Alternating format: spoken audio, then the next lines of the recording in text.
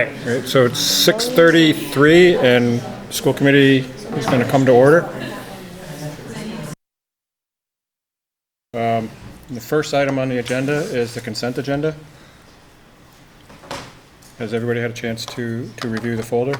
There's a warrant and last meeting's minutes. I'll move to approve the consent agenda. Is there a second? Second. Right, was there any other things to discuss on this, or? Yes, there is one correction. Okay, Jacqueline's right there. So, internet is very slow. I can't open the file, but somewhere at the end, when we are talking about the report outs after our breakout sessions, there's a reference to Jen Millett and Jen Bartos as folks who had worked on the Community Relations Committee. That was actually, to confuse you even further, we had another Jen before the two Jens. So it was Jen Curran and Jen Bartos. Thank you. So we're going We to, like to keep the gens going. Yes, Jen and Jen. Jen and Jen is safe. Just you say Jen squared or something, it's always good. so we're going to, to accept as amended? Yeah. Right. So all in favor? Aye. Aye. And all opposed? Okay. Then the next item is the visitors' comments. I would like to make a comment about the dean of students. I know you were all up in the air and had a lot of questions about that position. On behalf of the staff, I'd like to thank you for approving it, because at least 5 teachers have come to me and said that the feel of the school is different. There isn't, I don't know how I want to put it, so please, if I say it wrong, bear with me. They just feel less stressed because they have someone to go to, not that Bill wasn't approachable, but someone who is constantly there and constantly visible, Mr. LaToy was, but not someone who was putting out one fire and going to another. Mr. Taylor has been in the cafeteria, on the playground, another set of eyes and ears, and just is making himself extremely visible and available, which then leaves Mr. LaToy to do the job that he's supposed to do. And yes, he did do it in the past, but it makes his life easier. So thank you for approving that. Good. Well, thank you for sharing that. That's great feedback. So I was going to ask, but I guess it's been answered. So that is a closed position now. It's been filled, right? And did we fill it from somebody internal? We did. So we hired Scott Taylor, who was a 5th grade teacher, and we hired a teacher for 1 year for his classroom, who actually had taught here in Granby 4 or 5 years ago. She worked over West Street School, and we were able to, she was available at the time when we were interviewing, and has come on board and is strong, and so we're off to a great start. Right. Okay. Yeah, those are my. And what's the name of the teacher? Stackwoods. Yeah. Stackwoods. Thank you.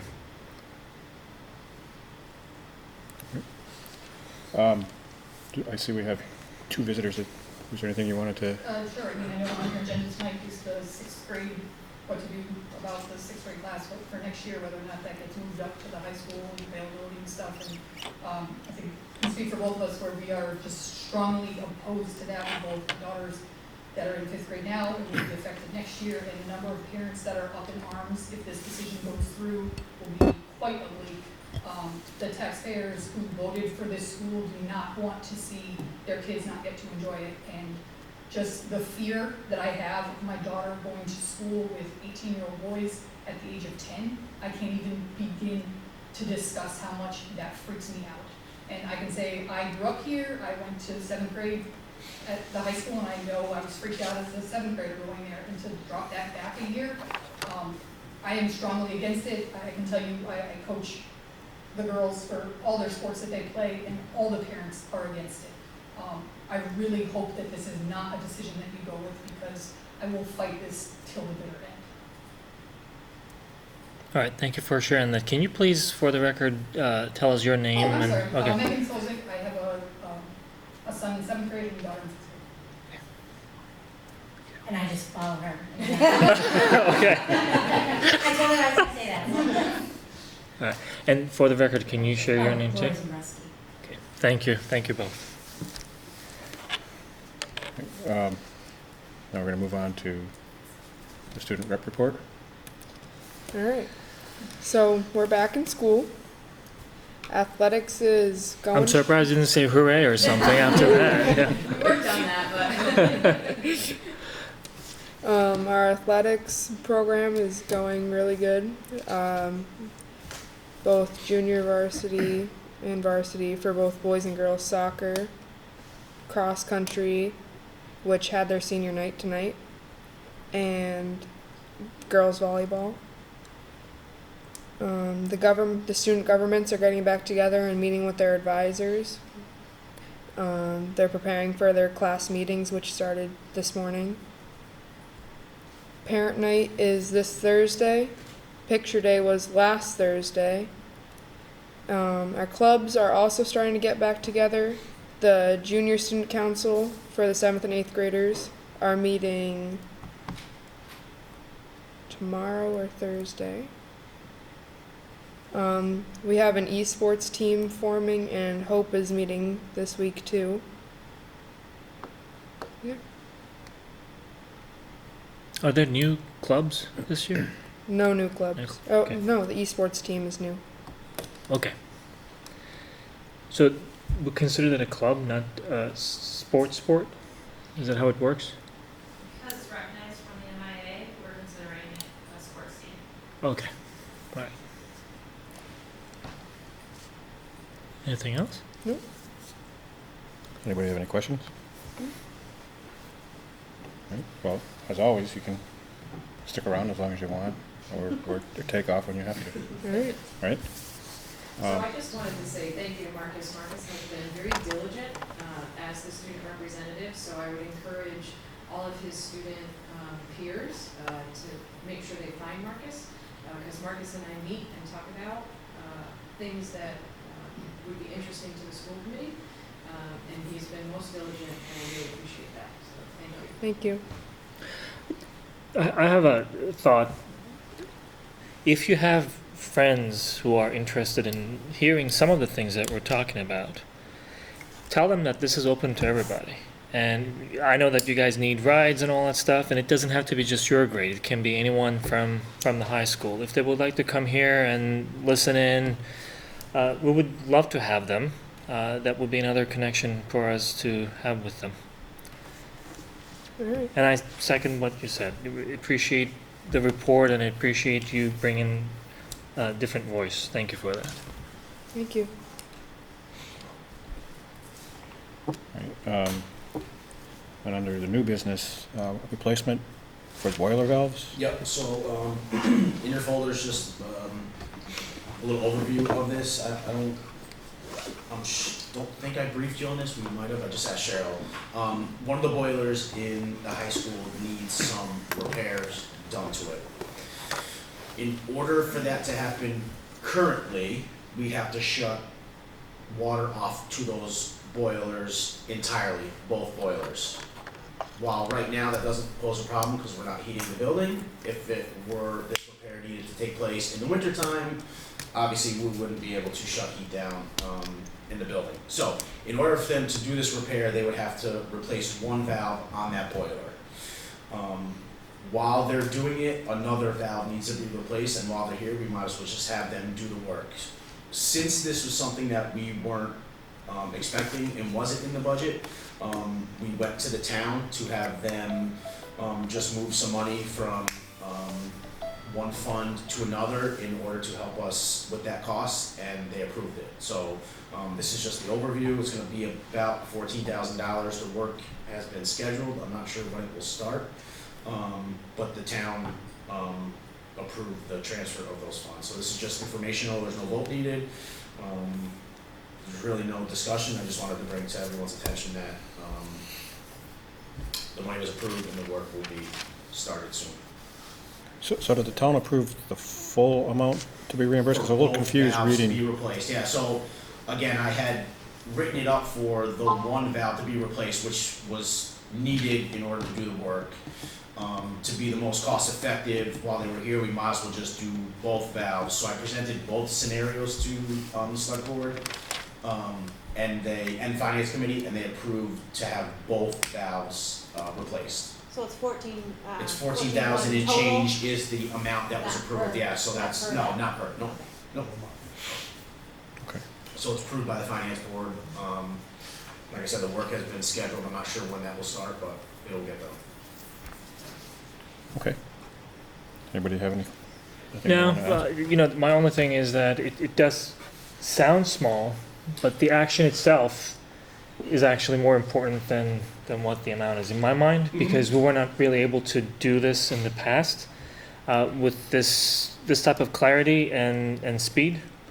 And I appreciate you all taking initiative on this, submitting it the way it should be submitted, and I appreciate that the town, the finance committee took action on it very quickly. So, Yep. And Great. one of the things that Cheryl and I talked about, obviously it wasn't in the budget, the work would have needed to have been done regardless. If it wasn't approved by the town, we would have figured out a way to get it done. But we were both in agreement that it was one of those things that we need to bring to their attention and kind of expedite the fact that we need some attention on, I don't wanna say the boilers, but the way this building is heated. And actually those conversations have started. They're at a very initial level, but we are having discussions on what the next phase would be for the high school. So again, it was great that they approved it, but I think it was more to just alert them to the fact that we need to start investing some money into the school, and this would be a good place to start, so. So I'm gonna start with my stupid questions early in the meeting. So $14,000 for a valve. I'm sure a boiler is a lot more than that. Is it worthwhile to do the repair and we're gonna get life out of it, or is it something where we maybe save the money and put it toward the new one? Like, I don't know, that's what I would do in my budget at home, so, start to weigh the pros and cons of it, so. Yeah, so not to get down, cause this is a very long, lengthy discussion. Frankly, the boilers will not be replaced. What we're gonna look at is the air handlers in each of the classrooms and making sure that the air that's getting to the classrooms is tempered accurately within the classroom. The boilers aren't the problem. These are maintenance that the boilers need regardless if they're brand new or 60 years old. And I just want everyone to know boilers will not be replaced. That'll be the last ditch effort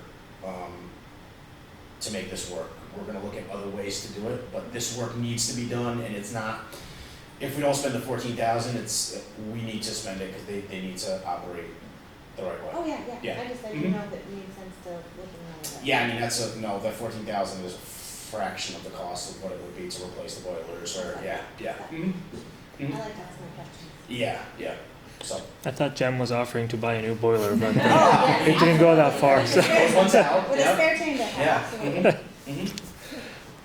So does that, so the next pieces of work for each room, that's gonna help with some of the issues I've heard in the past about, one room being real cold and the next room being real warm. Is that? So again, I just met, actually Steve and I met with Jay Joyce yesterday, who's on the energy committee about some other topics, but this came into that conversation. Don't take offense, to dumb it down for everybody, the heat that leaves the boiler room, gets wherever it's gotta be and comes back to the boiler room, only loses about 3 degrees in that whole cycle. So it's not the heat, it's controlling that heat in each of the classrooms.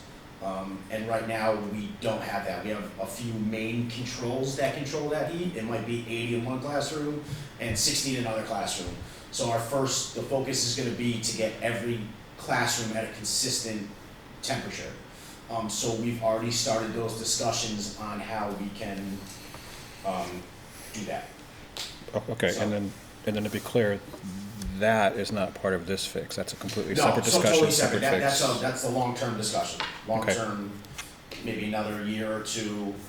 Yes, that's totally separate from this. Okay. Just want to make But sure again, it's all this, clear. bringing this to their attention accelerates that talk. That's all. So, Okay. So does that mean that the issue here, the heat difference, is basically not having a thermostat in each classroom? at the high school? No, the one that, the difference in, At the high school, at the yeah, high so school. as I understood it, if there's a control in the classroom of the high school, it doesn't work. There's a few Oh. generic thermostats that we just turn the heat on and hopefully it is comfortable for everybody. The plan would be to get thermostats in each classroom or a small cohort of classrooms to temper that air, so it's comfortable in all rooms. And what's the temperature difference between two? I don't even know. I don't know if we have that. Yeah. That's Yeah. like a different. It's I think in some cases pretty drastic. The issue has always been the north-south configuration, all the rooms on the south, all Yeah, the full rooms right. on the north. Mhm. That's always been the issue since Mhm. the schools went up in '63 or so. Is this a computer generated thermostat system or? Yeah, so again, so it'll be a very technological advancement to the system that's currently there, yeah. Yeah, yeah, putting it nicely, yeah. So anything else? Yeah, this is supposed to be the quick one. Yeah. So I think the next item is the introduction of Beth Craven. I just had a question. I'm wondering, since we have guests here interested in the next item, could we flip them? Or I don't know how long the presentation is, or? This is relatively quick. Okay. Just an introduction and, yeah, going over an entry plan. So it's my pleasure to introduce Beth Craven, who is our new Curriculum and Technology Integration Coordinator. Beth comes to us with, as I spoke before, lots of experience in all levels of education. And today she's just going to introduce her entry plan, which we're well into implementing. And then we will come back with her entry plan findings and how that dovetails into our improvement plan. So thank you. First of all, I attached the exact entry plan with all the wording to the, what is it called, the template, the overview template. So I just put up a couple of bullets here so that we don't have to read. You can feel free to read all the rest of it at your leisure. But first, I just wanted to thank everybody here. I've been here since August 1st, and I am so happy. I go home smiling every day. I think this district is already amazing. I think the team that I'm working with every day has their eyes on a goal and are ready to move, and I'm so happy to be a part of it. So I just want to make sure that I say thank you. I just thought I'd give you a little bit of my background. I graduated from Providence College with a bachelor's degree in special education and elementary education. And then I went to Norwich University right the year after for a master's degree in physical education and the administration of athletics. And just maybe about 5 years ago, I got my CAGS degree in interdisciplinary studies, specializing in curriculum and instruction and administration. So did I say that was from Fitchburg? My professional experience, I've taught, I think, over 27. I've lost count now, but last I said it was 27. I've taught special ed, elementary ed, middle school, elementary school, but most chunks of my teaching were 6th grade science at the middle school. And through that, I started entering some leadership positions, in particular creating curriculum documents for our district and whatnot, and I did some stints as interim assistant principals in both elementary and middle school, and then last year I was up in Athol for a year as principal, but as principal I was still the curriculum coordinator for science, and I was in charge of the Title I grant, and when I saw this job position open, I was like, this is everything I love to do. It's me in a nutshell, and I'm so glad that you guys thought I was a good fit for you. I have systems thinker up there because when I was a 6th grade teacher, we taught about systems, and the more I learned about systems, the more that's all I see in this world now. So it's so interesting to me to have like a bird's eye view of the way that the system works, and I put the gears up there because all these little pieces I think is exactly where Cheryl's leading us, to get them all kind of moving in the same direction so that we're working even more efficiently than we already are. Plan for moving forward. At the beginning, I always do that. So my entry plan has 3 phases. At the very beginning, I just want to listen and learn as much as possible. I don't want to come in here changing everything. You know, I'm sure teachers are wondering, am I going to come in here and mandate that they do something? But really, I'm just trying to learn all I can about the workings of the district. The dates that I have are all of September and into October. I've sent out Google Forms to all the leadership teams, to the technology director, to all of the teachers. I have forms ready to go for students and parents as well. So that's the phase 1.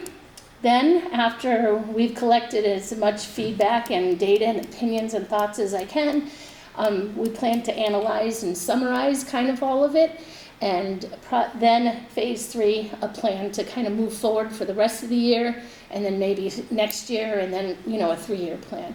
So we'll have kind of short term and then a little bit longer term. And I put this down here because of the feedback cycle. I know Cheryl had talked to me about it in the interview. And so I figured our phase 1 would be gathering the outside information or information from our district. Phase 2 would be we're analyzing it together. Phase 3 will be making plans. So then after that, I'd say we'd implement changes.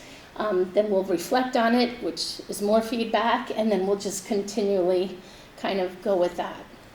In a nutshell, my plan involves input from all stakeholders, so parents, student, teachers, principal, assistant principal, EL coordinator, pupil services director, nurse coordinator, department heads, and technology director.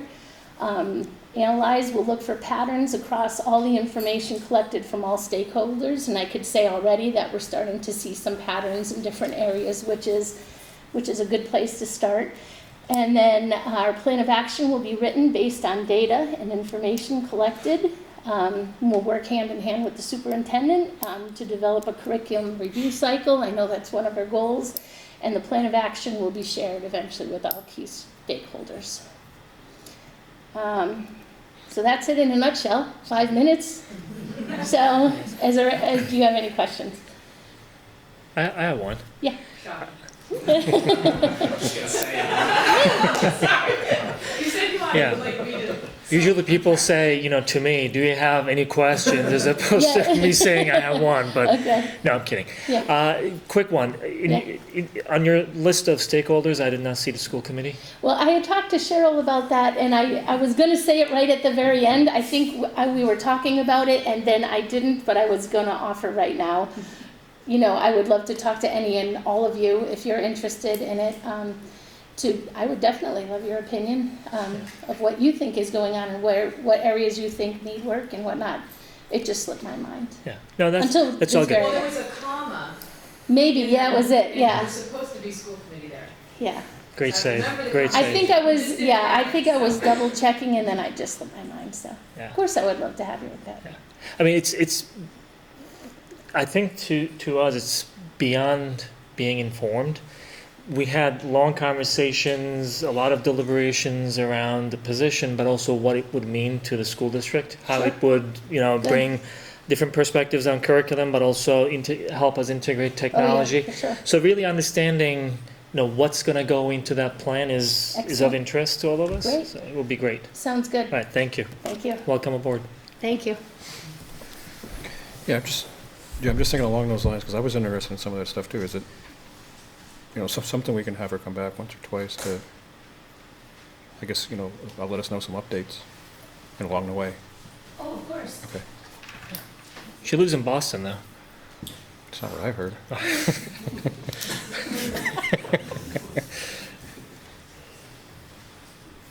Yeah. are you ready for your, I will be in just a okay. moment. East Meadow enrollment and facility capacity is the next topic. That sounds like a dissertation.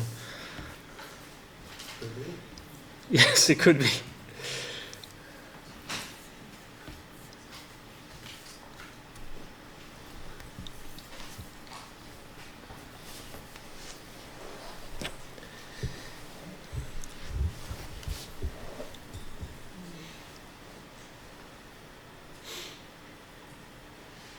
All right. So, I'd like to start the conversation by saying that we've been having discussions based on information that Bill had brought forward earlier last year regarding some concern about building capacity and grade level and classrooms at the grade level. So we've been having discussions about the vision that we have for East Meadow, for students, and at no point has any decision been made. So I want to be clear about that. We're working through a process, and we're going to go through that process, but we are open to conversations. We're going to be having focus groups, but we'll get into that. But there is no decision that's been made. Okay, so I want to just start with that. The problem as we see it is that it's a good problem to have. We have increased enrollment at East Meadow. We thought when we built the building, the new building, that we would have increased enrollment. We weren't sure that we were going to get this kind of increased enrollment. I think what surprised us most is the increase in resident enrollment. This year alone, we have 15 new resident enrollments here at East Meadow. So that's come as a bit of a surprise to us, but it's a good problem to have because as we all know, if our enrollment is up, our revenue is up, so we can afford more programming for our students. I'm going between two because my notes are on this one, and I apologize, the presentation is over here. Any questions about our enrollment? Okay. So currently, our enrollment by grade level is here. This includes all students enrolled. It's our resident enrollment and our school choice. In our first column is the grade level. In the second column is the enrollment. In the third column is the current classrooms that we have. And then in the fourth column are the class sizes that we have per classroom. Can I ask a question? Mm-hmm. On the pre-K, Mm-hmm. I see that it's 2 classrooms, 19 in each classroom, but I thought we did four classes. Right, it's not 19. I think it got cut off when we put the data into this graph. So there's 19 in one class, in one classroom in the morning and 19 in the other classroom. No. Yeah, there's 19 in the morning and 19 in the afternoon, and they're divided by 2 classes. Between the 2 classrooms. Yes. So 19 morning, 9 and 9, or whatever, 9 8 and 10, and whatever. 9, yeah. Okay. So there, We it's still have the 4 classroom there. We have 4 sessions. 4 sessions, 2 classes, Yes, 2 classrooms. 2 classrooms. Right. Yeah. yes, But total number of students in pre-K is 38. yes. Correct.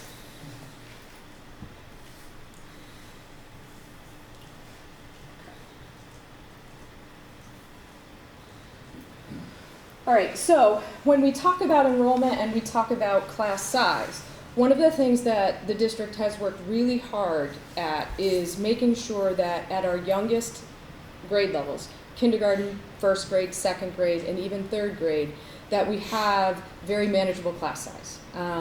We recognized early when I came in, when class sizes got up to 25 and 26 in grade 2, that parents were not satisfied with that they did not feel that that was a high-quality educational environment for their children, and we agreed. At that time, we were under a real resource issue. We were cutting positions. We were pretty desperate. We're not at that situation anymore, thankfully, And we are able to manage 3 classrooms at every grade level, particularly at those lowest grades. And so you'll see that the students per classroom in that 4th column are exactly where we're trying to keep them. That's where we're trying to manage K1, 2, and 3 at the 17 to 22 number. And then the 4, 5, and 6 is where we're going to establish really the problem, right? So when we look at how to move a grade level that has currently 3 classrooms into 2 classrooms, 4th into 5th, this is where we're going to start seeing the issue.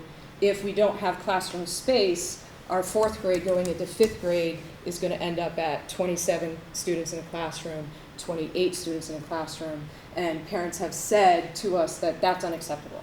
So the problem really is that we don't have the classroom spaces to distribute students into the 3 classes. And we recognize that one of the things that we want to be able to do is keep those class sizes appropriate for the grade levels. So I'm going to turn it over to Bill. He's going to talk a little bit about what some of the pressures are in terms of the facilities, because I think it defines what the problem is for us as we move forward. So, a little bit of history. I can speak to the history since I came on board, and Mr. Petras was on the building committee with us and Bill, at the time. Bill, did you want to come this way so the Sure. Oh, we have a camera person right there. So, You gonna move? when we came on board, when I came on board, we had, at that time, we had 1.5 preschools, we had 2 kindergarten classrooms, we had 2 first grade classrooms, we had 2 second grade classrooms, 2 third grade classrooms, 2 fourth grade classrooms, 3 fifth grade classrooms over here at East Meadow, and 3 sixth grade classrooms over here at East Meadow. So this group here actually was one of the larger groups of 60 that ended up actually moving on to the high school last year. Now this year, we have our 2 preschool classrooms, which have the double sessions going on in each. We have 3 kindergarten classrooms, 3 first grade classrooms, 3 second grade classrooms, 3 third grade classrooms. This year we added the third fourth grade classroom. We have 2 grade 5 classrooms, like Cheryl mentioned, with larger numbers in there, and 2 sixth grade classrooms. Right now the sixth grade classrooms have 24 and 25 in them. Something else that happened when we moved over, actually the year before we moved over here, was we started our autism support classroom. We had the students over at West Street, but they were never in a classroom. There wasn't a formal classroom setting. So one of the things that Carol did when she came on board was we hired a teacher for that setting, we started supporting those students, and we were able to support those students rather than having to send them out when we got to probably the East Meadow. So we added that classroom, and then this year we added our social emotional learning classroom over here, which complements the classroom that's over at the high school, and is going to be, you know, more of a support for those students, hopefully to get them in check and balance here and be able to support them so that when they get over to the high school, then they can feed into that and that they've got those supports that they need there. So these 2 programs weren't even established during the building planning phase of this building. So when we moved into this building, here's the map of what we had. This is what the building was during the building project, and this is what the building is now. So there's, over here you see there's the 2 pre-K classrooms. At the time it was labeled as a kindergarten classroom and a pre-K classroom, not knowing whether it was going to be the 1 pre-K, the 2 pre-K, or what was going on with that. This was going to be a sped classroom on the original diagram, which is now actually kindergarten. So we have kindergarten here, we have pre-K, pre-K, we have kindergarten, kindergarten. Now we have grade 1, grade 1, grade 1. We have a second grade classroom here, we have a second grade classroom here, we have a second grade classroom here. Our third grade classroom starts here, and we have 2 more over here. We have our 3 fourth grade classrooms now down in this section of the building. We have our autism support classroom, we have our 2 fifth grade classrooms, and then we have our 2 sixth grade classrooms. So we've pretty much maxed out the space. This room here, which was originally intended as the math support room over here, we've moved the math support room down here to what was going to be the maintenance office. Same size room. There's actually a window in that room, and it's a nice bright room. It was set up with all the ventilation, everything for a classroom. So we were able to move that room down there, and we were able to put our social emotional classroom in here. So that's where we are. That's how we're fitting in here right now. These 3 classrooms here were originally, it was supposed to be 3 small SPED resource classrooms, which were actually going to be smaller than these 2 resource special ed classrooms here. These were divided, and we have 2 special ed classrooms on there now. So, you know, during the process, we made a few changes at the end, and we were able to work with the architects, and we were able to work with the building committee, and we were able to make some of those changes as we saw fit. These classrooms here service probably 10 to 12 students at a time sometimes, and the size they were there would have been way too small for that. Because one of the things they had done was they had taken and they had made this common area here, which kind of pushed that wall back a little bit in what was an existing 2 large classrooms at the time. We have the common area here. There's a lot of questions around that common area. Parents always want to know what that common area is for. You know, we get questions that's where the naughty children are sent, or that's where the children are sent when they can't behave in classroom and they need a timeout. It's actually the complete opposite. It's more of a sensory break room, and it's also used by teachers. There's a little platform in there. They can use it for performances. Classrooms will take their Chromebooks and just go over there and let the students sit on the carpeting and work on the floor when they're doing projects on their Chromebooks. And it makes a great sensory classroom for students that do need a break. So we have a number of students that have scheduled breaks into their daily schedules. It's not when they're having a problem. It's that, 10 o'clock, the student gets a chance to get up, walk around, go down there maybe. We have a couple bicycles. If you come for a tour of the building, you'll see we have a couple 3-wheeled bicycles down there. Some of our students actually get to take the bicycles and they ride them around the school, the hallways, supervised of course, as part of their sensory break. And it's made such a big difference in the overall success. You talk about when I was in school and we had class sizes of 27, 28 students and that we were able to, everybody learned in the classrooms. Well, a lot of things have changed since then. We have a lot more social emotional needs that need to be met. We have a lot more unstructured, time in the classroom with some of these students and some needs that need to be met. So the other piece of it is that these classrooms here were designed for 26 students max. There's 26 lockers in there, there's 26 desks in there, and that was what they were designed for, was 26 students max. These classrooms over here were designed for 24 students max. They have 24 lockers, they have 24 mailboxes, and there were 24 desks put into each classroom. So, it's kind of a pretty good indication of where the thought process was and what the thought was when we did that. Any questions on that?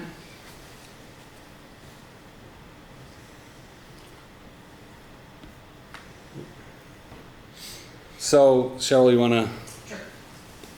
So, what we're hoping to do, and our target conditions for the education of our kids, so for kindergarten through grade 3, our target conditions are to keep class sizes between 17 and 22 students. And why do we want that? We want to build positive relationships with students and families. We want to build strong foundational skills in literacy and math, provide individualized instruction, tiered intervention, and early intervention at the youngest ages, and establish strong student engagement with learning. There is no doubt that building strong relationships between students and teachers done at the youngest ages impacts student success moving forward later in their educational career.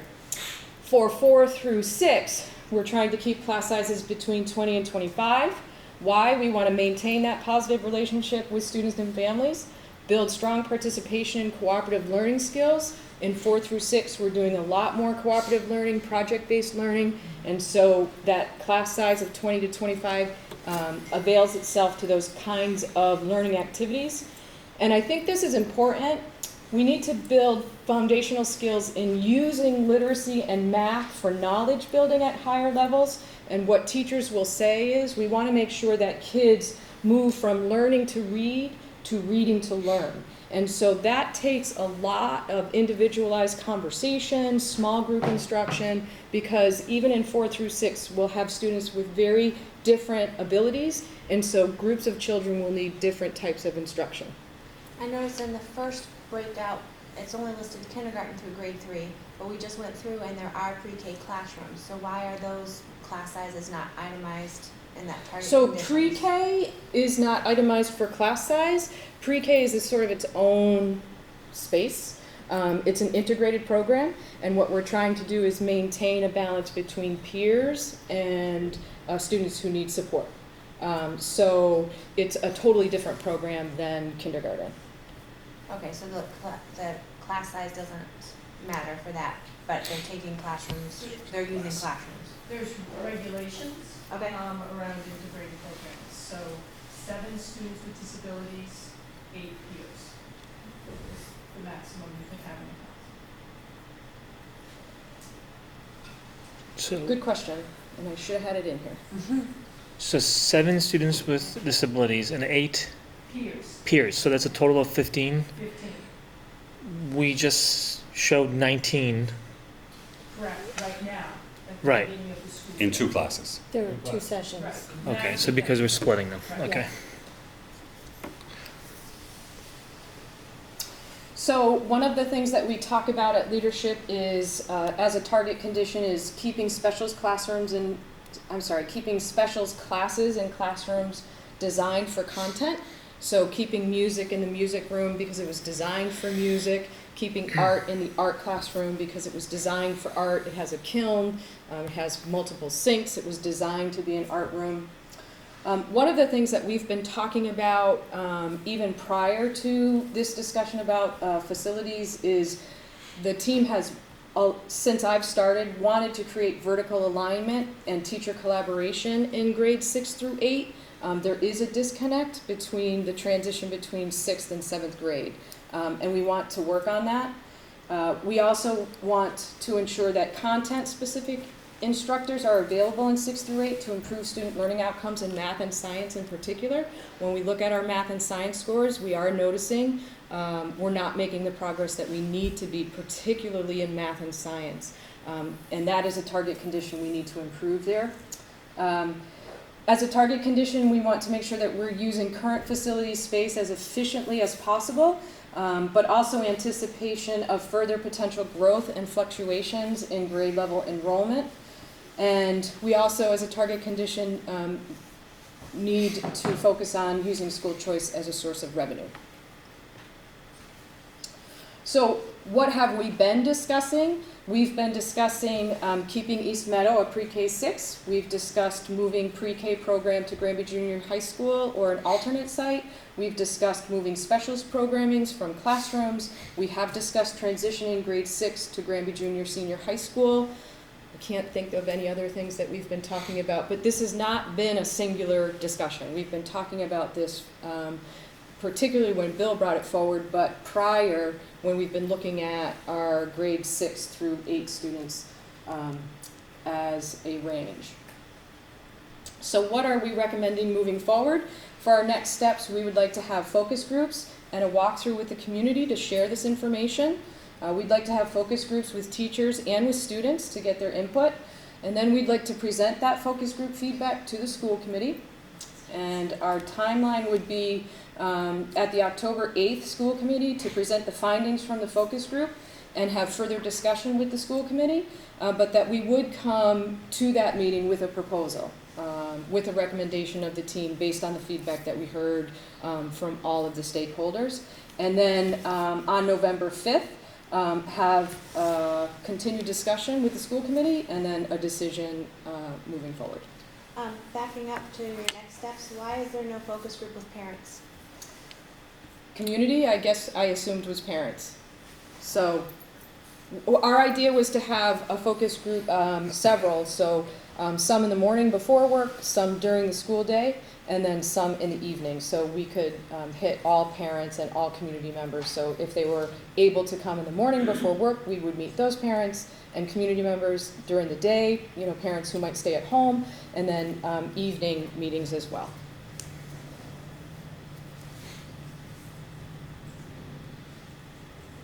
Questions? Do you mind? Or No, did I you mean, I wanna have a start? lot of them, but I don't know where to begin, and maybe you Okay. can help me. So let me begin with this. I'm a little confused with our conversation. Not because I'm not happy that enrollment is going up and we are being thoughtful and deliberate and we're planning ahead. But when I look at some of the numbers, I'm failing to make them work. One of the numbers is what we have from MSBA, which is K through 6, 430 students, which was the plan for this building. The other is I'm looking at the previous numbers for East Meadow plus West Street. I see fewer classrooms, even for K through 6, not including pre-K, and not even including those 2 extra classes for special education or autism intervention, or I don't know if that's the correct term for it. But even without those, we seem to have more classrooms now. And even when we get to the 430, and we're not there yet, 430 students, we seem to be able to make those numbers that you proposed or you shared with us as target levels of classroom population. Up to 22 in early classes and up to 25 in later classes. So I'm trying to understand what is really driving the urgency, not that we should stop having any good conversation, but the urgency to the point that we need to really look at a proposal and make a decision and go forward with that almost immediately, next month. So I think what we're looking at is this grade 4 that's currently in 3 classrooms, right? So it's the 55 students in 3 classrooms at 18, 18, 18. They don't have 3 classrooms to go to. Okay. So we're a classroom short. Am I saying that? So, correctly? and I think just to go one step before that, the MSBA plan was K through 6. The 2 preschool classrooms were not included in that because they were not on the original plan. That's correct. So we added those 2 preschool classrooms into that mix, which then lowers the population of the building because 2 of those classrooms are taken out of that. To what? What does it lower it to? So instead of, 2 full classrooms. Short. yeah. 2 so- full I get that, classrooms. but if we say on our stuff that our number is, correct me if I'm wrong, 436, is that what you said, or 430? 430, yeah. 430, so if we're taking 2 classrooms out, does that bring us to 398? Does it bring us to 350? Does it bring us to 297? No, I think what Bill Like, is- if we're 2 classrooms short, and there's a max of 27 students in a classroom, or is it max of 25? What is the real number of population of students that we can have in this building with the classroom schedule as it is right now? It's not 430 is what we're saying. Because Correct. so what is that number? Well, it's 430, but No, it can't be 430 if we're saying those 2 classrooms are less. you're including preschool in this now. Yeah. So So building, Our pre-K classrooms are housed in the building. They are part of our population. So what I'm saying is with the numbers we have, with the classrooms as they're being used, what is the correct total student population? If it's not 430, is it 390? Is it 250? Is it 180? Is it 475? What is the number with the schools pre-K, K, 1 through 6? What is the number? So let me try something else and make it part of the question. Based on what you're saying, Bill, that I'm understanding, or my understanding is, MSBA was thinking that all the classrooms currently in this building were going to be used for K through 6.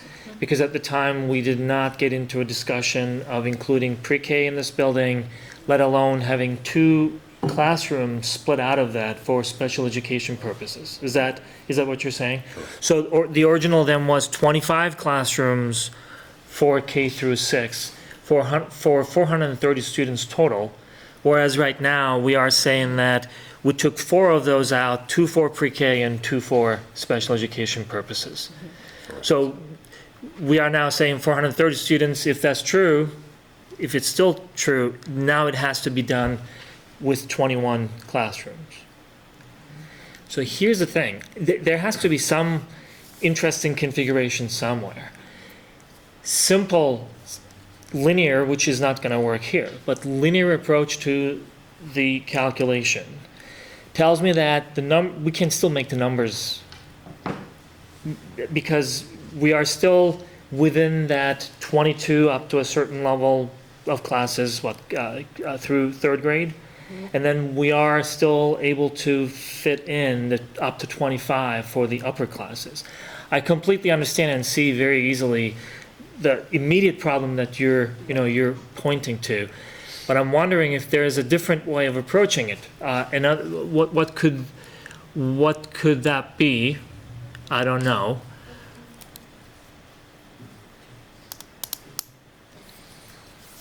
So 55 in 2 classrooms is your 27 students per classroom, right? Or 52 is 26 students.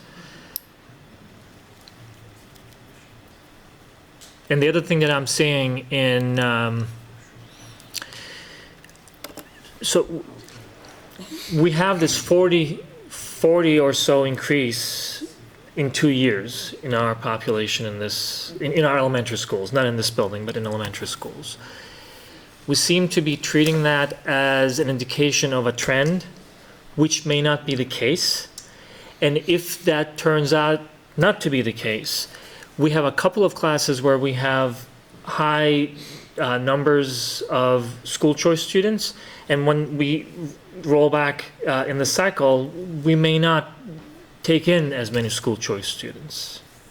So when we look at K and the resident enrollment in K is 50 students, we already know that there are 4 students at Children's First who are going to come to us next year in grade 1. So that grade's already going to go up to 54. Is it a trend? I'm not sure it's a trend per se, but anything around 48 to 50, we need the 3 classrooms at that level. So Granby's a very popular place to come with your younger children. So I can't project necessarily. If we used the Pioneer Valley report that was presented to the town, they would have said that we were in decline and we would be continuing to decline. We're not in decline. So Right. Is it a trend that we were declining? It was a trend. Is it a trend that we're increasing? There are, if you look at homes that are for sale, yes, there are homes that are for sale. We're getting resident enrollment all the time, 2 yesterday.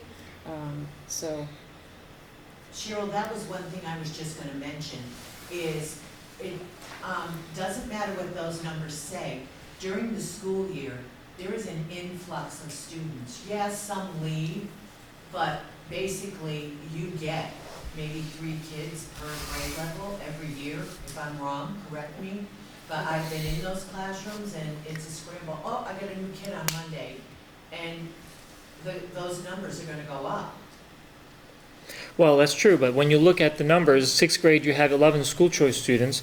So next year if we say, you know what, we don't have room for school choice students. Right, so there are several levels that we don't accept school choice in because we were at that cap, right? We're too close, our class sizes are too big, so we have not accepted either out of the gate we don't accept school choice or we've closed school choice because we need to have enough room to accept the 3 to 4 students that might come in during the school year. Yeah. So I don't want to hog the whole thing. I'm just going to make a blanket statement and I'm going to be quiet for now. When we first thought about this building, we thought of it as an elementary school that was going to include K through 6. I mean, this wasn't, and Jim was part of those conversations as well, because there were multiple configurations, different ways that we could have approached it. For what it's worth, from my personal perspective, I would like to keep that configuration as long as we can, under reasonable conditions, not harming education, not, harming the student experience. But I still would like to see how we make that work, because it wasn't long ago that we had long conversations and came to that conclusion. So I think that's part of the work in the focus groups, is to do the walkthroughs, to see the configuration, to see are there alternatives. We're not rushing to any kind of judgment, but we do need to have a short-term and a long-term plan, particularly for how to handle the fourth grade that's going to be transitioning either into 2 classrooms or some alternative. So I think walking through the building, seeing how it's being used, the fact that we do have specialized programs that weren't in classrooms prior, but that were in West Street, I think we need to see what that all looks like and how the school is configured. The question I would have, and I know I, being on the building committee and spending my career here, and I spent some time with Bill on Friday. It's certainly not a question that every available space is being used. That's totally clear, and even playing with the numbers is not important to me, because the numbers are what they are, because we have to educate the kids who are here. And just to, I guess the first question I would have is, if everything stayed as it is, and this is correct, with no other cuts, 1 additional classroom would be needed next year. Is that correct? Or whatever grade level, but obviously it's upper grade level. Can you make that work right now? I think that's the first option here, because I think because again, I think Megan, former student, raised some issues that are on my mind as well, that 6th grade has been in this building, or West Street, since before time. There's always the issue of 7th grade going over. Yep. Now you throw 6 in the mix, you're really looking at a major issue. Right, wrong, or different, and I understand it's ridiculous. So what can you do to avoid that, at least for a year or so, to squeeze them in?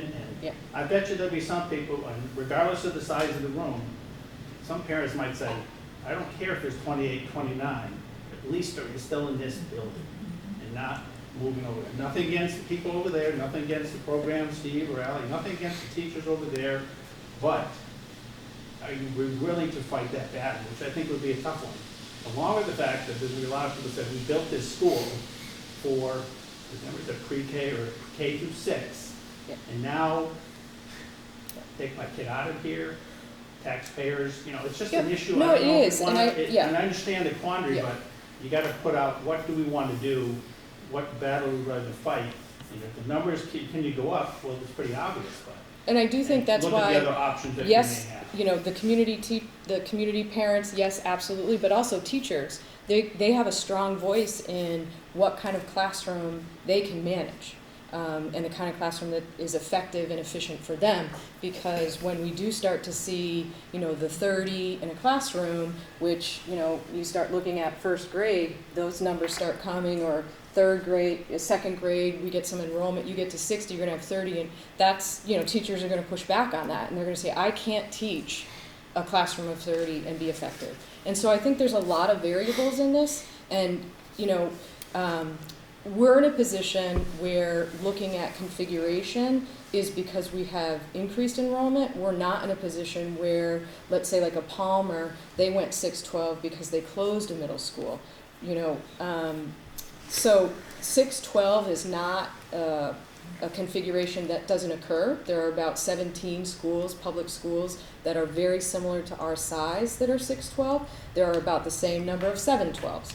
Of course, there are thousands of 9-12s, and that's more standard. But when you look at enrollment sizes of districts like Granby, Lenox, Hatfield, that 6-7 configuration can be very different.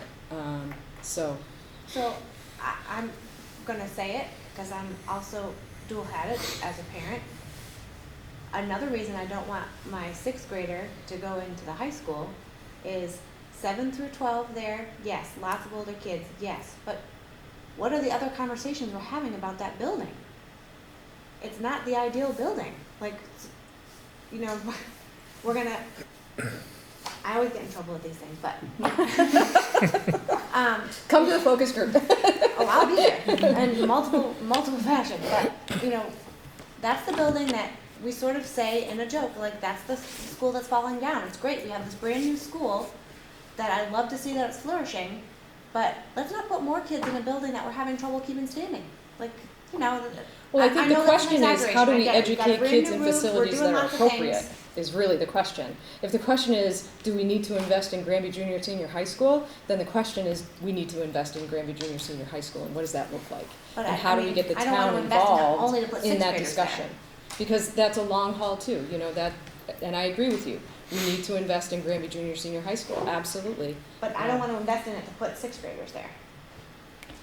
And I think another point that, you know, is what possibilities come from this? What are some of the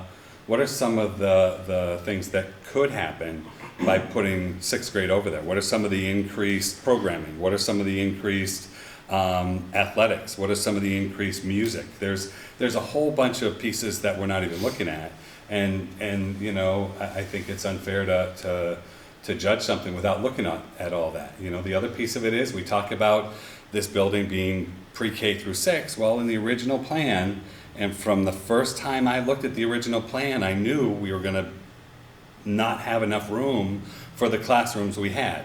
So because the preschool rooms were not included on that design, the preschool rooms were intentionally left off of that because of reimbursement. So it's out there now. We're gone this far. I think we have to say it. We have to say why that wasn't there. So preschool was not in the plan, and you know, now we have two preschool classrooms there.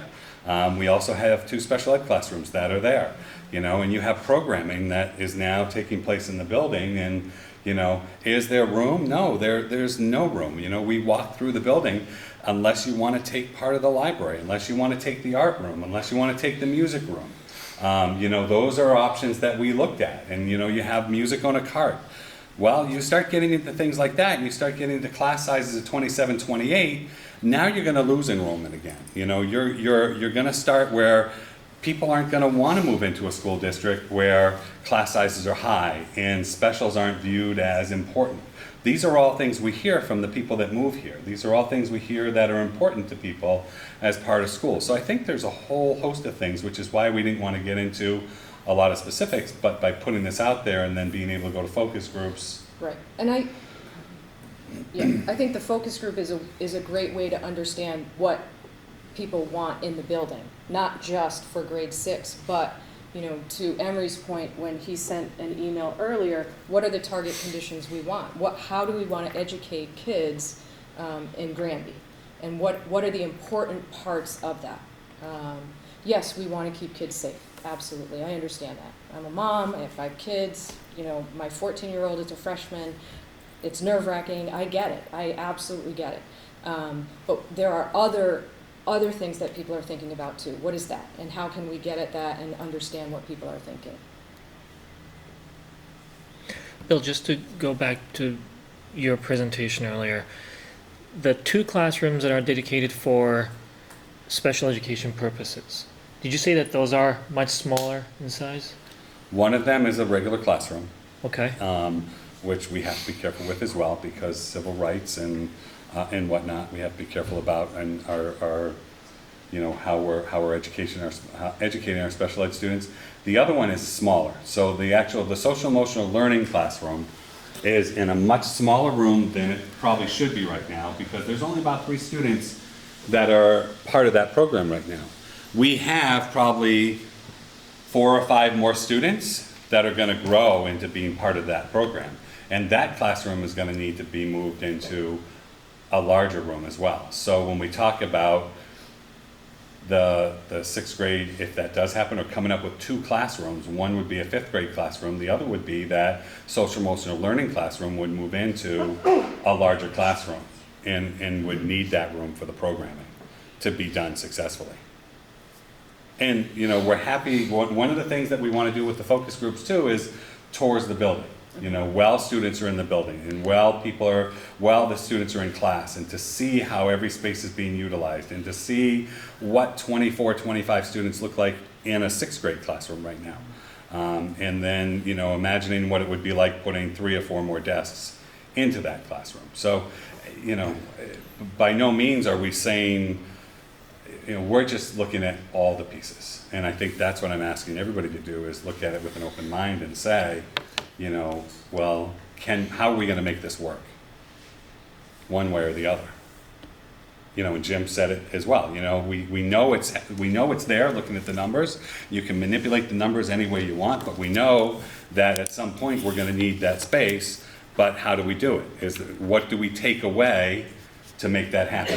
You know, and those are conversations, you know, if the community decides, well, no, we don't want to have art in the art room anymore, you know. I don't think music is an option because the music room is such a small room anyway, you know, but, you know, so we tell our fantastic art teacher who the kids love art and art's flourishing, and that's one of the things they come to school for, and the artwork's in the foyer and the artwork's in the library, and there's so much happening. She uses the kiln, they're making all these things, but if we have to pull the art class out of the art room, then we have to pull the art class out of the art room if that's what people decide.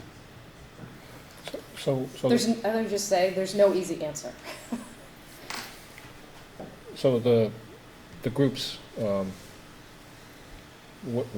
do you see for them? 'Cause I want to make sure that the parents also have Right. a say. So I'd like to go over the numbers. I'd like to go over how we're using the school currently.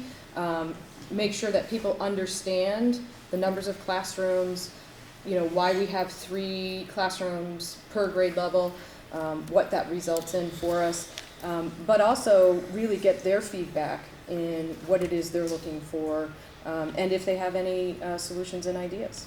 Really, it's a conversation. Okay, so I just want to make sure that the parents have a say and, Yep. you know, that their voice is heard here. Anything else?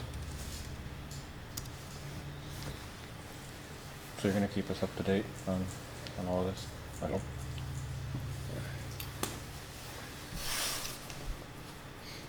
So, the proposal that you plan on bringing to the school committee, is that proposal going to be presented with a request for a vote, or? Nope.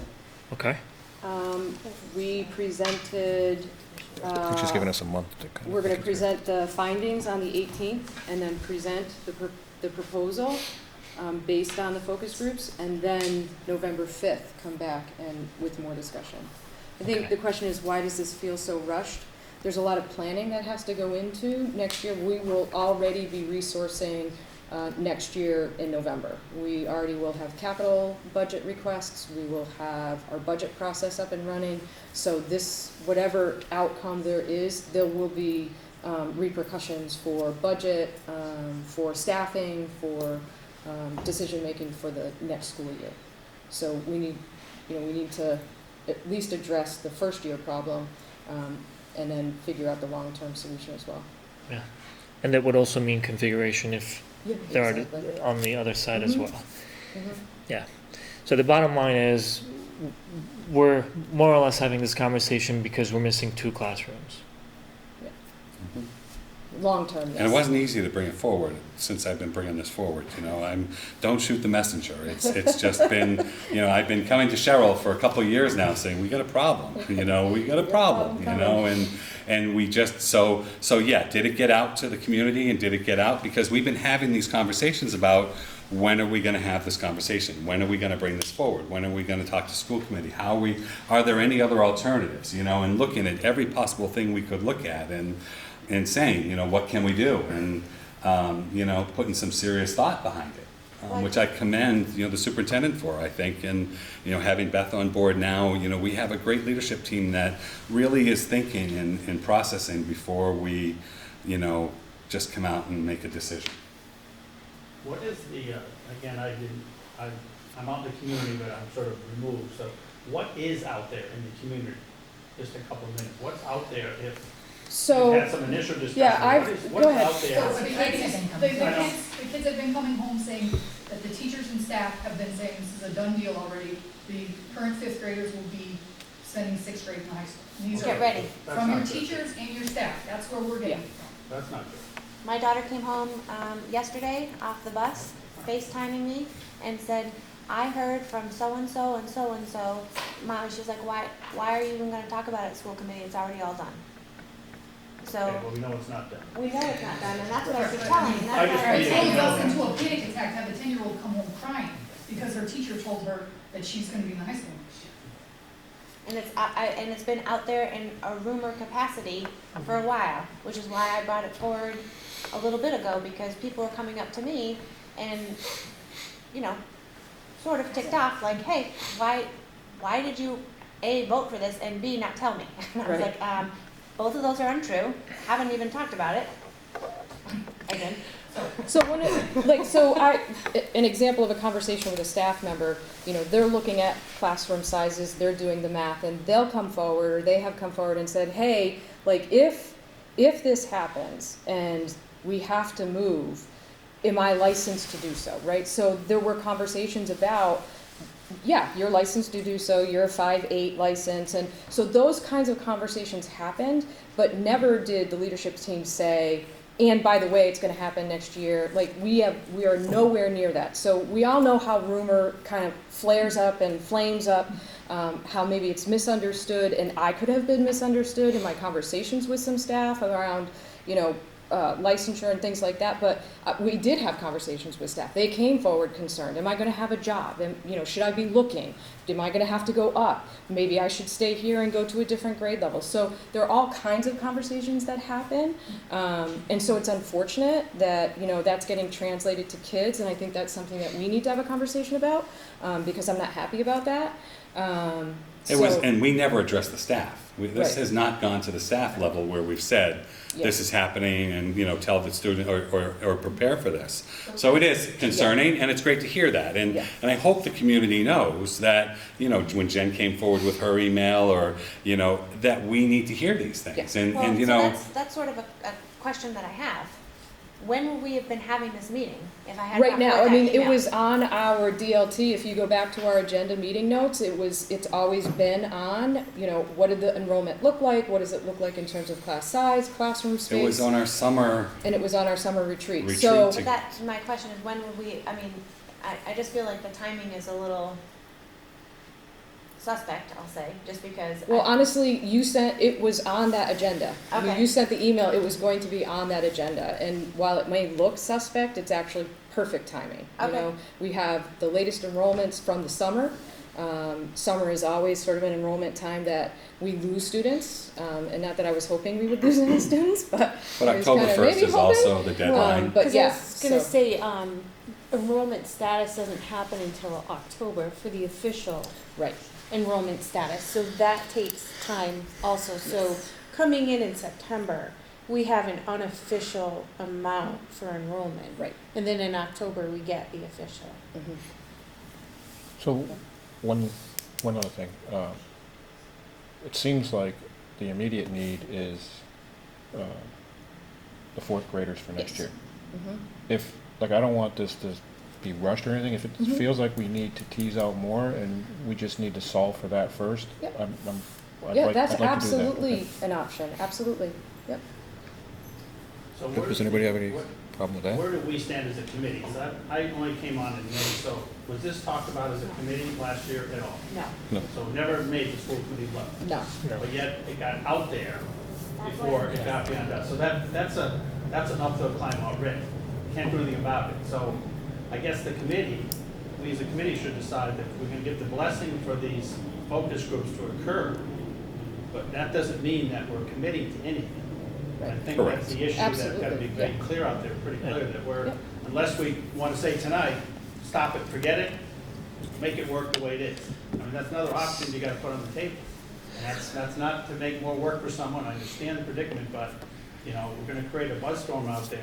So if we want as a committee decide that, okay, proceed for a couple months, do these meetings, and then report back to us, but it doesn't mean it's a done deal. Right.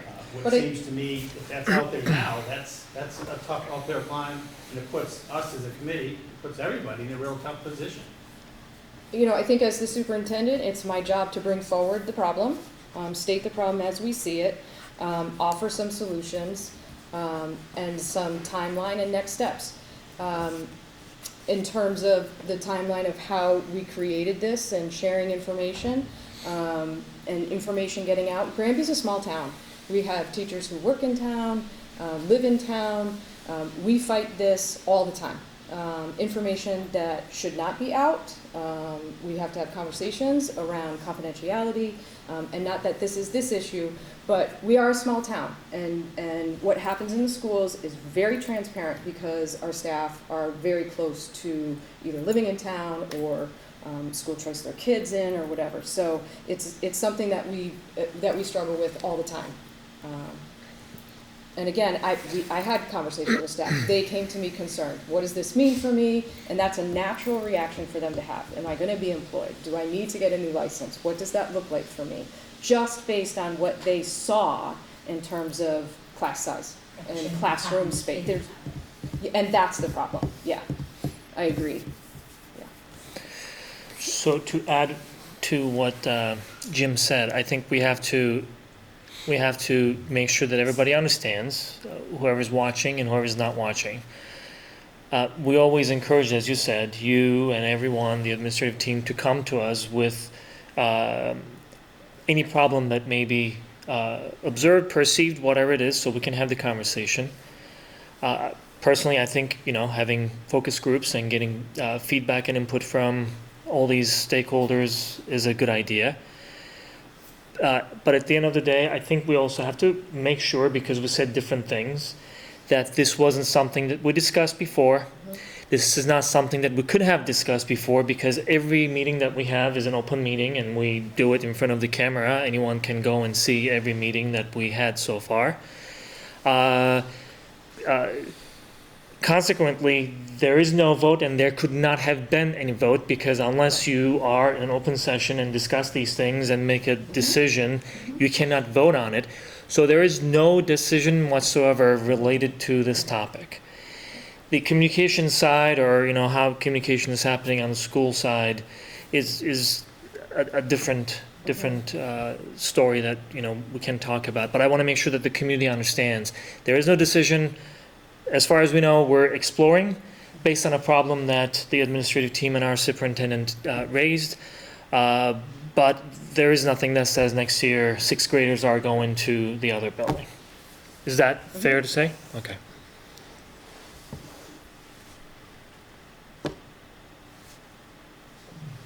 Do we think we have enough time to get enough people involved between now and October 8th to get the focus groups together? I think running them scheduled, as we were talking about, morning before work, during the day, and then in the evening. How much space do we have available at the high school? That was going to be Good question. There is space at the high school currently. There is discussion if this is a long-term solution. When you look at some of the numbers in grade 1 that are really large, 67 I think is grade 1, that would mean some space consideration at Granby Junior Senior High School. Very good question. So the next step to that is, as these kids move through, what does that look like when they get into the high school space? Their enrollment continues to go up, then we're going to have to do renovations guaranteed at the high school. Yeah. Well, we need renovations at the high school. Marcus is going to spearhead that. So you need anything from us tonight? No. Okay. Just maybe a blessing on the plan to have the focus groups, the community focus groups, teacher focus groups, student focus groups, and then coming back to you and presenting that information. Yeah. I think it's important, not only because we're going to have input, but also folks are going to hear and be able to speak to it. Absolutely. Yeah. I Well, mean, and I think hearing what was said too. tonight, it's important that we sit down with the students. So that was a conversation that came up with us at leadership this past week, was when do we start the student focus group? So maybe that's something we start now, is just let them know that this is a talk that's out there, and we're going to be coming to you, we're going to be coming to your parents, and that sort of thing, and release it to the parents at the same time sooner than later, so that we can quell some of that anxiety that they think is a done deal or something like that. So that's more important that we hear that and we understand that, and I think we've tried to always be very conscientious of that when something's come to us. It's hard when it doesn't come directly to us, when it's out there on social media or when it's out there looping around on different websites or whatnot and doesn't come to us. So, when it's brought right to our attention, we can do something and we can address it. And, I apologize that there is any anxiety. One of the things I have tried to work very hard at here in this building especially, and I think Stephen has too, is like lowering that anxiety level for all of our students. One of the things we've really worked on over the past couple of years is that grade 6, 7 transition and getting the students over there a lot more and being in the library and being part of the junior, senior high school community in the spring before they leave for the summer. We do the same thing here by having tours and open houses and things so that students feel better when they're coming in. A new student comes in to register, one of the first things I do is take them for a walk around the building so that we're lowering that anxiety. So it's not our intention at all, and I feel terrible that some of our students are feeling that, like, oh my gosh, this is what they're doing and why didn't they tell us? So.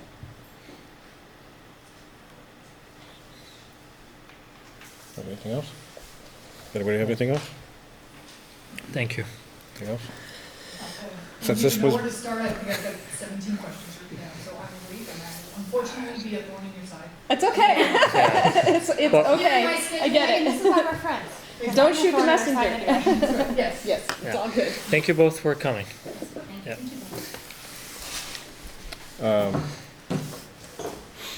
Next item is the goals for the superintendent. Yes. Superintendent goals, right? Yes. I just wanted to make sure that we voted my goals so that I can do for 1920, I can begin the evaluation process. Okay. On time. So I'm sorry. The goals that we have to vote on, that you want us to vote on, were they presented to us? So, in your folder, just get it.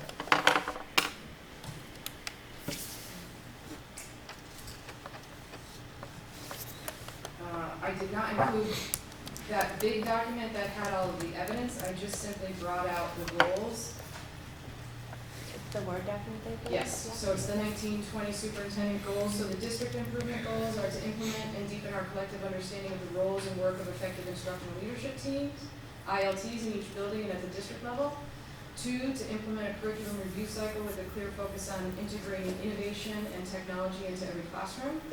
3, to establish a culture and climate of academic excellence, service-mindedness, and civic engagement for everyone in the Granby Public Schools.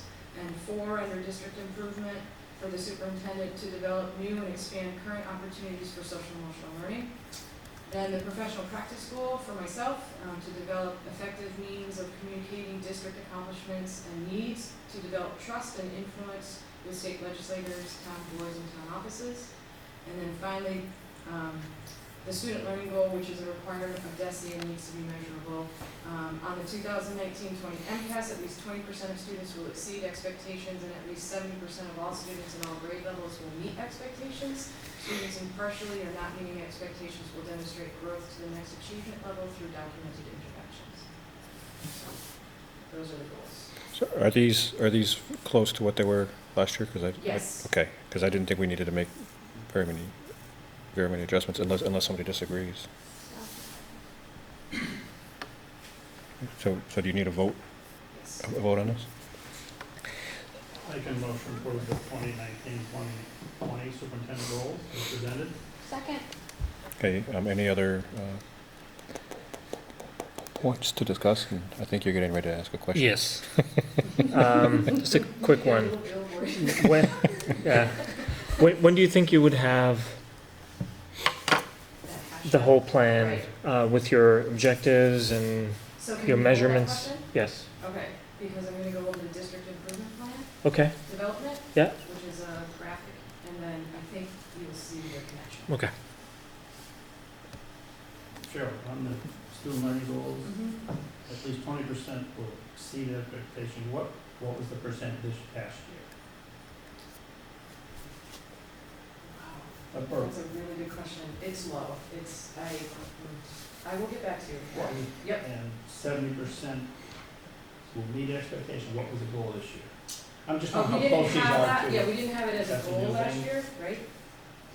It wasn't part of my goals last year. So now that, It's a good question, and I will, that's an excellent question, because now that, you know, you raise it, I'm looking at it, I'm not sure how you will ever measure, what is expectation? oh, so Well, it's a It's a criteria, criteria on the MCAS, I'm sure. it's a category. Category. So instead of needs improvement, proficient, exemplary, Yeah? MCAS changed its categories to exceeding expectation, meeting expectation, partially meeting expectation. Oh, this is the exceed expectation category? Okay, so, okay, all right, all right. I didn't read it that way. Thank you. You're welcome. And I have two questions. Mm-hmm.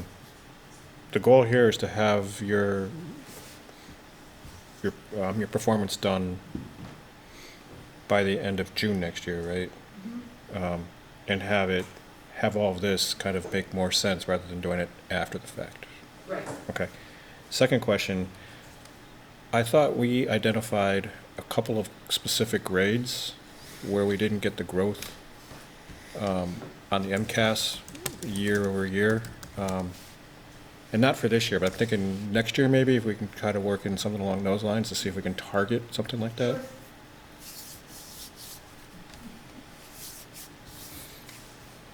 I just don't remember what those grades were. I thought they were around the times when the kids were moving from one building to the next building. Yeah, the transition years are a challenge for sure. Does anybody else have anything they want to ask? All right, so all those in favor? A quick question then. Is this specific to all students? Is that what we're saying? 20% of So all students that will take MCAS? are 3 through 10, well, 3 through 8 and 10. grade Okay. Can you pass them by 10? Is that the graduation requirement? Mhm. Yes. And passing is proficient? Or exemplary? Meets, Oh, what is it now? meets expectations. So you have to have meets by your sophomore year, and then if you don't get that, do you get to take them again until you do? You go back to 6th grade. Don't scare them. If you are partially meets, you just have to go into an education proficiency and you don't have to retake the MCAS. Okay, You can, we don't have to. if it's not meeting expectations, then And do you have as many times as you need it to be able to get that? there has been many times, but I do think there's a change coming on that. I think they're gonna cap them though, of times you can take the test, but that's Far off, it's not real, right, not the okay. next couple of years. I've always wondered about that. It works. The majority of our students, if they're not meeting expectation, fall into just needing a support plan, an educational. Educational Proficiency plan, which documents that they're taking appropriate level courses term. Oh, all right. And 10th grade switch to this meet expectation and exceed expectation? All as well? grades. All grades. All grades? All right, I'm just trying to be sure, because the numbers that I'm seeing, exceeding expectation, we were in 2017 at 2%, 5%, 3%, and 3% between 7th and 8th grade. So going to 20% will, That's why we have Beth. all right. Okay. I sense somebody else's goals are being set up right now too, That's right? right. Yeah. So that's a really nice segue. Can we segue? Is that the next agenda item? Well, I just want to make sure we have the vote here before. Oh, sorry. Did we already Yeah, move we- a No, second? no, we have a Yes. first and a second, but we didn't vote. So all those in favor? Aye. All those opposed? And I then, would like to excuse myself from the meeting. have a Thank good you, night. Marcus. Thank Have a you. good night. Yes. We'll see you next time. Nice question. The next item is enrollment. Oh, can we We can take it out of order, do you mind? 'Cause Yeah, I do think we- we have a nice segue to, do we need enrollment, or is that Yeah, different because it well- includes the high school? I mean, I think we just did it for East Meadow. I want to go over the reports, just so I Okay. can get your feedback if they're sufficient, or if you'd like to see any changes. Okay.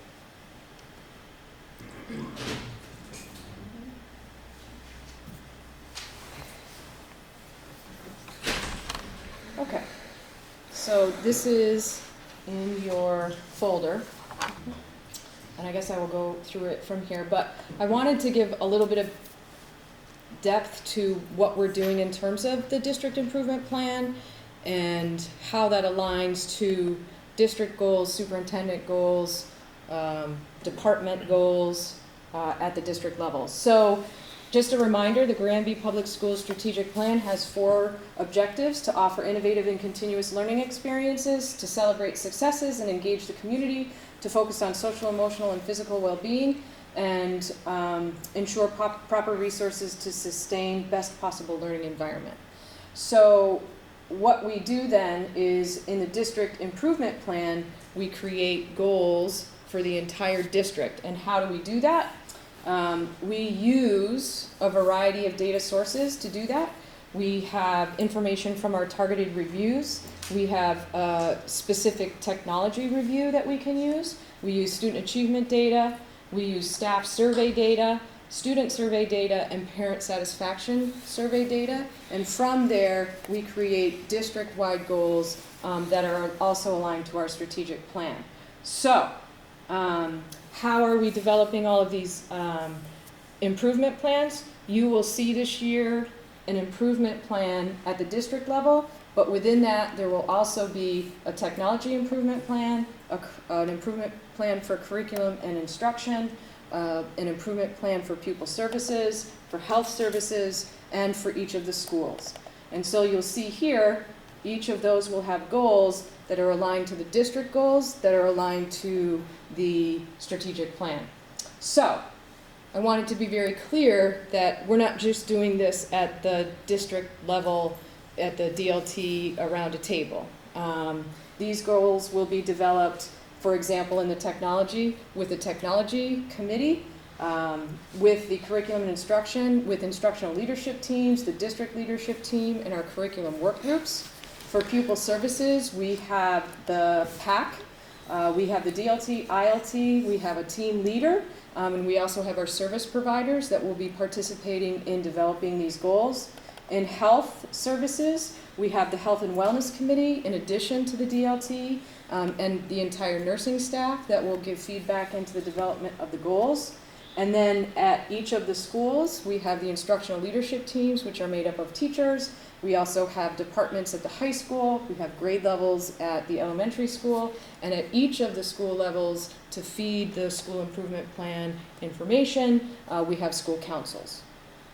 So, what is the kind of data that we will be looking at in terms of developing our plans? We have technology reports for the technology department.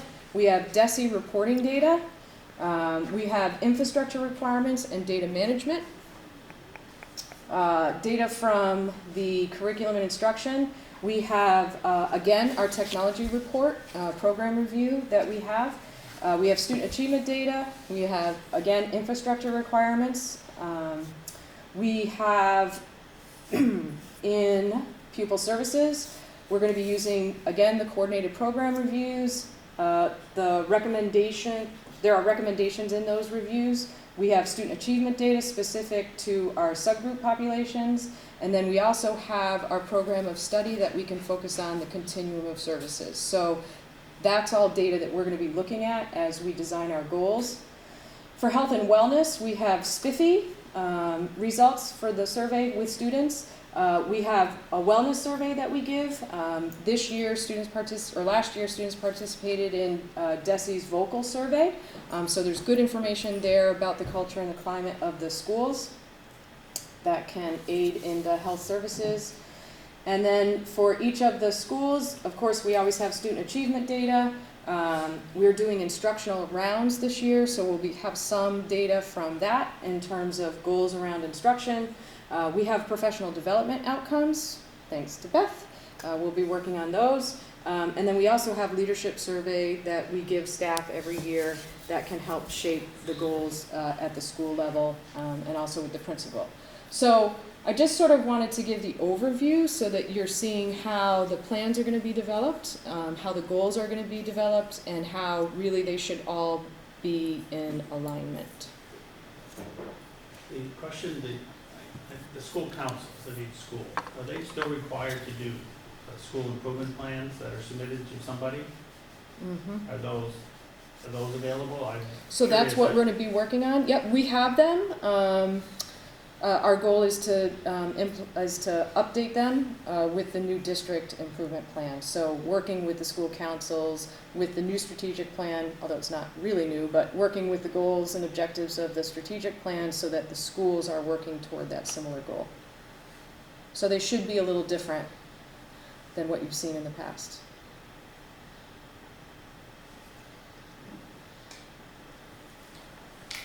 Pretty lofty work.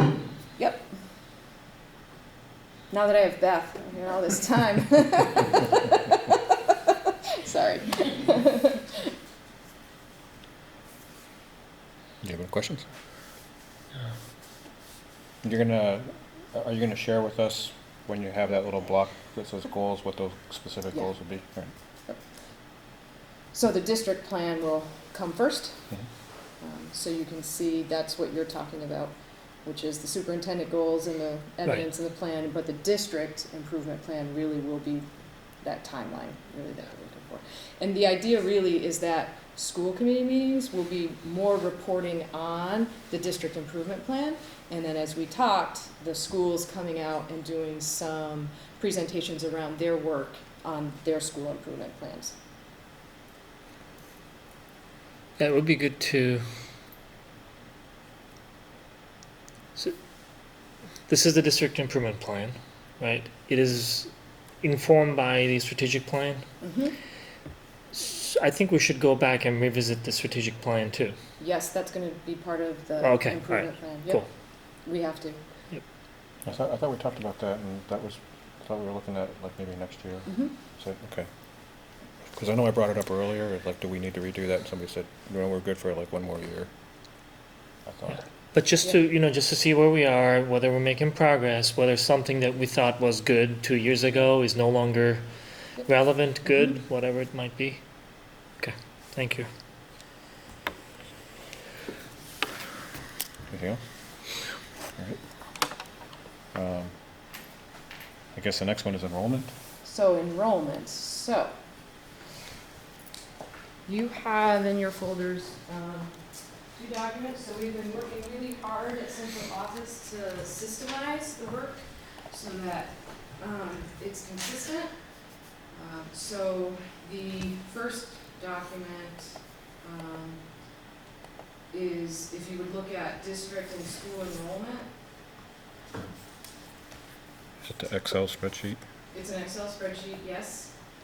So we're working with admin assistants and principals with Stacy Kutrumbas, who can't be with us here tonight, but she will be next time, so I can introduce her. She's our new data manager. Working to make sure that our student information system we're leveraging and that the data going in is as accurate and timely as possible, so that when we're generating enrollment reports, it is almost instantaneous.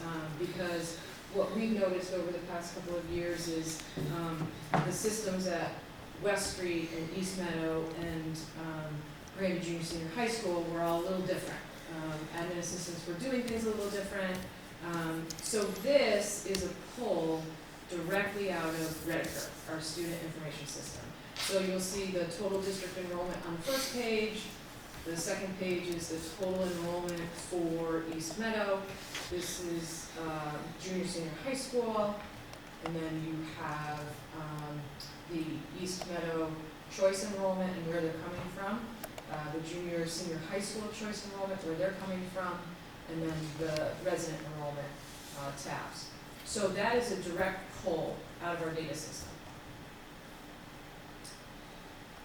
and is what gets reported to the state. So we've been capturing a few things as we've worked on this enrollment report for you, which is great. But one of the things we noticed is that what we had been doing, which is the 2019-2020 Granby monthly enrollment for September, this is very useful to people as well.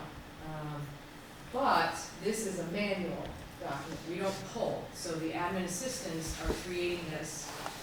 What we like about it is that it's a check and balance, so we can compare this this Excel spreadsheet with a poll from Redditor and have a discussion about how accurate is our data. So if you notice the total enrollment, that's a chart that gets spread out over the year, so every month we just add a column for you. And then it's East Meadow students, new students, and what we're trying to capture here, and working with Stacy to see if we can capture this in Redditor or not, but right now we're doing it by hand. New students, how they've enrolled, where they've enrolled from, and why they're enrolling with us. Are they a new student, a new resident, or are they a school choice student? And then we're tracking the withdrawn students, trying to capture why they're leaving. As you can see, the majority of them have moved or returned to their home district. And so it's the same for Granby Junior Senior High School, and then the withdrawn students at Granby Junior Senior High School as well. So if you're noticing, one of the trends we noticed at DLT when we looked at these last week and this week, we're not seeing the school choice out, which is a really great sign. And all the things that we've talked about, meeting the needs of students in the community, we're not seeing that hemorrhaging of students looking for an alternative, which is great news. So we're certainly responsive, and I think we're seeing that in our enrollment, not seeing the charter or the school choice out.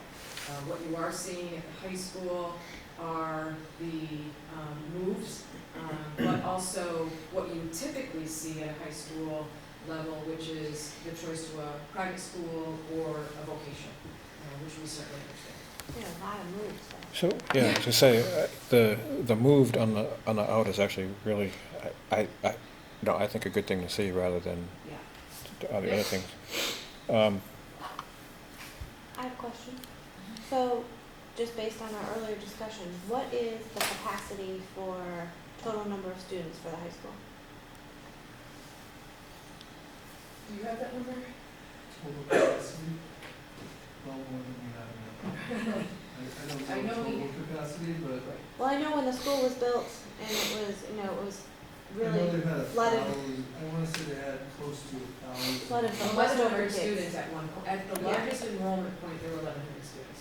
Okay, I so, think we'd be really tight there, but. well, with the Do way, you know, Jim, was central office there? at the time? Central office was not there. No, they were at the, They were at Aldrich Hall, and that's basically where it's been. so there's three.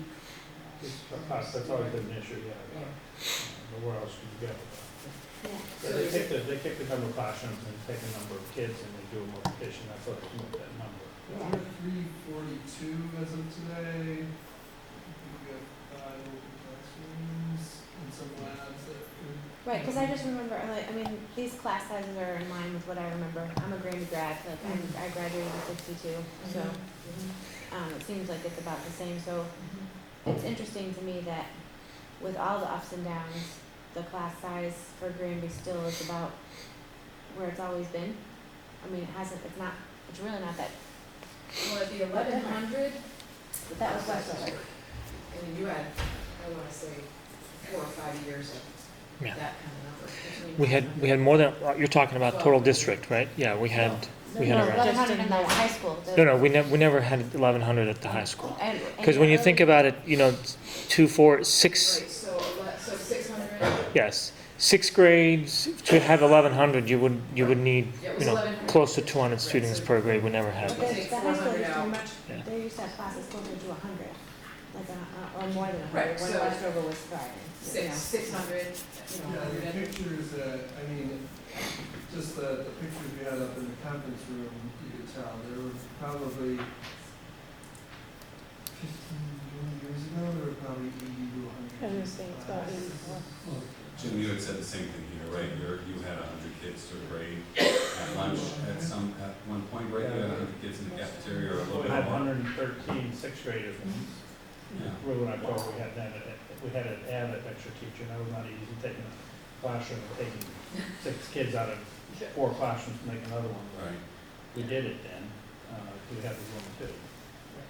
Now, I can't see it here and here, but has an effort been to try to get school choice kids back into this district? But we're turning them away. Yeah, we don't No, know. but I'm You know, talking our about own- kids who are out. Oh, we Have we are. done anything to try to get Yes. them back? Yeah. Is You'll that- notice that- there's a lot less school choice going out. And we have had some return, yes. Well, I just asked because I ran into a student on Sunday who I found out, I said, I can't, I'm glad that she's not going to South Haven anymore. That's always been a bugaboo of mine, and she's back here, so Yes. we're not giving money to South Haven. Yeah. Sorry, South Haven. That goes way back to the 90s. So, one of the things that I'm seeing this, and I'm looking forward to my tour next Friday. But with the classes the way they are with enrollment, how do we accommodate lunches? Because I'm hearing that it's a little tight for lunch at the high school, and it feels maybe a little tight at East Meadow for lunch. So I'm just wondering, with the Yeah, no, lunches are good, everyone's pretty much done eating with 6 or 7 minutes to go. I mean, they're full, but. yeah.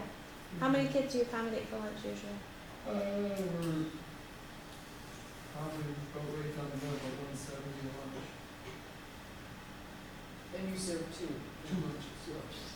And there's just the one lunch? No, there's multiple, 3 or 4. 4, yeah. So we have about, at the biggest lunch, we have about 100 and, I think just about 100. Plenty of table space to spare though, and the first week, of course, it's a little slower because they don't know their pin numbers and things like that, but they're mostly all fed within 10 minutes. Okay. Same here, we monitor for the first 2 weeks, just like we have 8 students, so if it throws it off one way or another, we could adjust the class from one lunch to another. Cool. All right. So one of the things I was seeing here is the class sizes, or at least the enrollment sizes, even at the high school, is pretty much in line with what's at East Meadow School. So you're looking, the mid to high, there's over 49 in 6th grade, and that's the smallest class. Yeah, so that was 42, but then everything else is above that, even, all the way through high school. How does that relate to last year, I guess is my question. Last year's graduating class was, I want to say 47. So this grand number here, is that higher than where we were last year? I have to think it is, just based on that alone, right? We're about a half a dozen higher right now than we were last year. And then East Meadow's higher too. 47, we're at 342. We're about a dozen higher than what we did at June. Always, when we talk about the October 1st number versus the end of year number, so when we get to October 1st, we'll have a comparison over time of enrollment. So, I think it was 712 2 years ago, I think it was 738 last year, we're at 756, Okay, We'll and go up or down a little bit until October 1st, But then it still moves throughout the year, no? There's still Yeah, adjustments, that's but our okay. official number is the October 1 number, and that's when all the money, circuit breaker, see, I pay attention. so then the other thing I wanted to ask is school choice. When they choice in, do we owe them a spot every year for the duration, or Yes. okay? So that 14 in 1st grade could be an issue for us as they move through the grades, right? Is that kind of what I'm sensing? But 55 is too much in 4th grade, and 66 is gonna blow us out of the water. Yeah. I think it becomes less of an issue when you get up to that. Oh, yeah. Well, I'm just talking about while they're in East Meadow, it's Yeah, I it's think gonna be a here, problem. yes, but I think as they get old, 8th, 9th, 10th grade, they're taking so many different classes, that they're not so much traveling with that cohort. No, I just wanted to get a sense of that, because I saw that's a big number there. We try to make sure that when we're looking at whether to open school choice at grade levels, we're very cautious about the class size coming in. We're also very cautious of kindergarten going into first, because we work hand in hand with Children's First and the residents that, since they've opened kindergarten, we have to be cognizant that, the majority of those students are coming to first grade with us, so we're careful. Okay. And then what about, pre-K to K? Like, there's a very large population of pre-K students that go to Alphabet Soup and Children First and Right. other places. And how do you account for that for the kindergarten? Right, so when you look at what we're enrolled at for pre-K, we have 38 students, and then we're thinking there's probably 20 that are going to Children's First or Alphabet Soup. We're But they looking at a can't- kindergarten resident enrollment of 58. Donna So- can't have more than, what did we say, 7 or 10 or something? Was that what we approved for their kindergarten? I forget what it was. Wow. Was it 10 or? I think it was 12. It was a much smaller number, smaller than the total preschool population, right? Like the kindergarten, yeah. Well, the preschool I mean, there's, population is large. yeah, there's, so. They're Here's- we coming always from go by all the over. census, So we get the census from the town, Mhm. and then we start our mailings from that, and that's where we look at how many students there are eligible for kindergarten, how many students there are eligible for pre-K, and we always get the next year as well, so that last year when we did this, we knew that this coming year's kindergarten class was gonna be about the same on the census as it was this year. And then- current enrollment for preschool includes 3-year-olds and 4-year-olds. So it's only the 4s to the 5 that would be. Right, okay. Right, any other things you want to ask about? We all good? So my only question, I guess, is, and feel free to email me, any feedback on the reports, but just don't do it all together. I like them. I think it's nice for us to see, so will we get these monthly then? Because we were doing that last year. Yes, Yeah. yep. So Yeah, the idea is to pull the Redditor report monthly, and then have the admin assistants still do the manual, so we have a good idea. Until we can figure out how to leverage Redditor with data input, so that we can pull all of the same information. What's causing the manual work? So right now, we can't figure out the fields in Redditor for status or reasons why they moved, why they've withdrawn. So that's something we have to work with Redditor. We might have to create a field so that we can enter what we want, which is moved, school choice out, private school, any of that. So somebody goes line by line and determines why the student moved? Okay. Yep. He wants to leave, so can I ask a question out of turn? No more. I talked to the roofers last week. That's what I No wanted to more. ask. Sure. I have not seen any mold in the removal. Fabulous. And are they on track? Yeah, the timeline, they have to finish, the only thing they left to do, like roof wise, is lay the roof on Cheryl, don't the we need gym. Bill and for they have after school? ventilation. Bill. Sorry. There, the ventilation things, Nice like try. once, they were like 7 weeks out once ordered, and those things went out September 4th. So again, like I said, last 2 weeks ago, the ventilation and everything, the electrical's running to it, it just needs to be tied in, so. the So it's on work track. Inside the building is minimal, and, yeah, I think it's over the original intended timeline, it was expected to be done in late August, Right. when the first iteration of the plan came out, but on track for once the ball got Yeah. rolling. Cool, awesome. And I did ask the head roof, the foreman on the roof, and he said they haven't seen any mold. Love it. So. Thank you. Thank you, Stephen. Thank you. Thank you. This is how we roll. And then, Bringing up the capacity.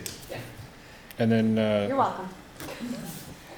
the next item is after school. Yes. Oh, is that why Bill's here? Yes. So we start the conversation about after-school programs a little late, and then, I think last year we found out it was too late before we could have a good productive conversation. I just asked Cheryl to include it in the agenda early on. Do we know when we're going to start after school? Because I just sent Cheryl the posting to approve today for the coordinator for the after-school activities program. Okay. So once that's, because it's already in the budget, so all we gotta do is post it internally, and there's already a teacher that wants to take it on, and then she's gonna work with the staff at getting the programs going that they wanna work with, and we'll put together a couple 8-week sessions or something like that. We have the late bus already funded, that was put into the budget as well this year. High school's looking at starting the late bus, I think, in 2 weeks, they said, and we'll be probably ready at that time to start this program, or really close as well. Okay. So does it mean that because you mentioned internal, this is not the same program that we had before with CES, it's different? So she's running that program's already running. Oh, that's already in place, this is in addition to that? This is Okay. additional, just for once a week, for those students who just wanna do a club or something once a week, so it would be. Like they used to have a study club. Yeah, we voted that in, or we approved something last year, I remember, to reinstitute this after-school thing. I think that's what you're talking about, right? I just want to, okay. Yeah, so you approved the money for the stipend for the coordinator, and then the coordinator will just get teachers who wanna do like a Lego club, or a Peace Builder club, or an art club, or something like that once a week, so that those students can just stay for an hour, and it would be pay-as-you-go sort of thing for whatever materials are used in there, and to cover the teacher time, and they had it here for many years, and it was very successful, and it self-sustained itself. It actually sustained the late bus with it, I think, for the Did you time. still have the funds? There were funds left over from that. Did someone took them out here? We won't get into that conversation, so. Reuse them. But it was a very successful program, and we're hoping to model it off of that. Okay, Yeah. cool. People are excited. I am too, I mean, it's good Students are that, excited. yeah. I got a box of the Hess trucks for a STEM club. They were giving them away last year, so I applied for a box of the Hess trucks so that they can have a STEM club and take them apart and put them back together and things like that, so. Cool, Yeah, it should be fun. all right, great, thank you, Bill. Thank you. Thank you. Thank you, nice.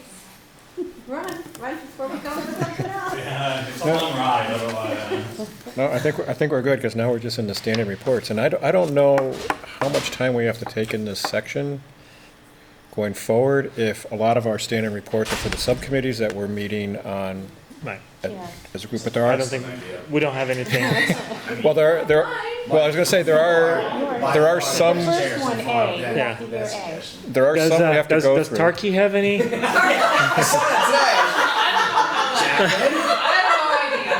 Oh, well, just go right by that, because that guy's not here, so. I think that was the highlight of that section. Because I do. Your stage name. Skip that. I do wanna ask when we get to B, a few questions. Hope you can find it.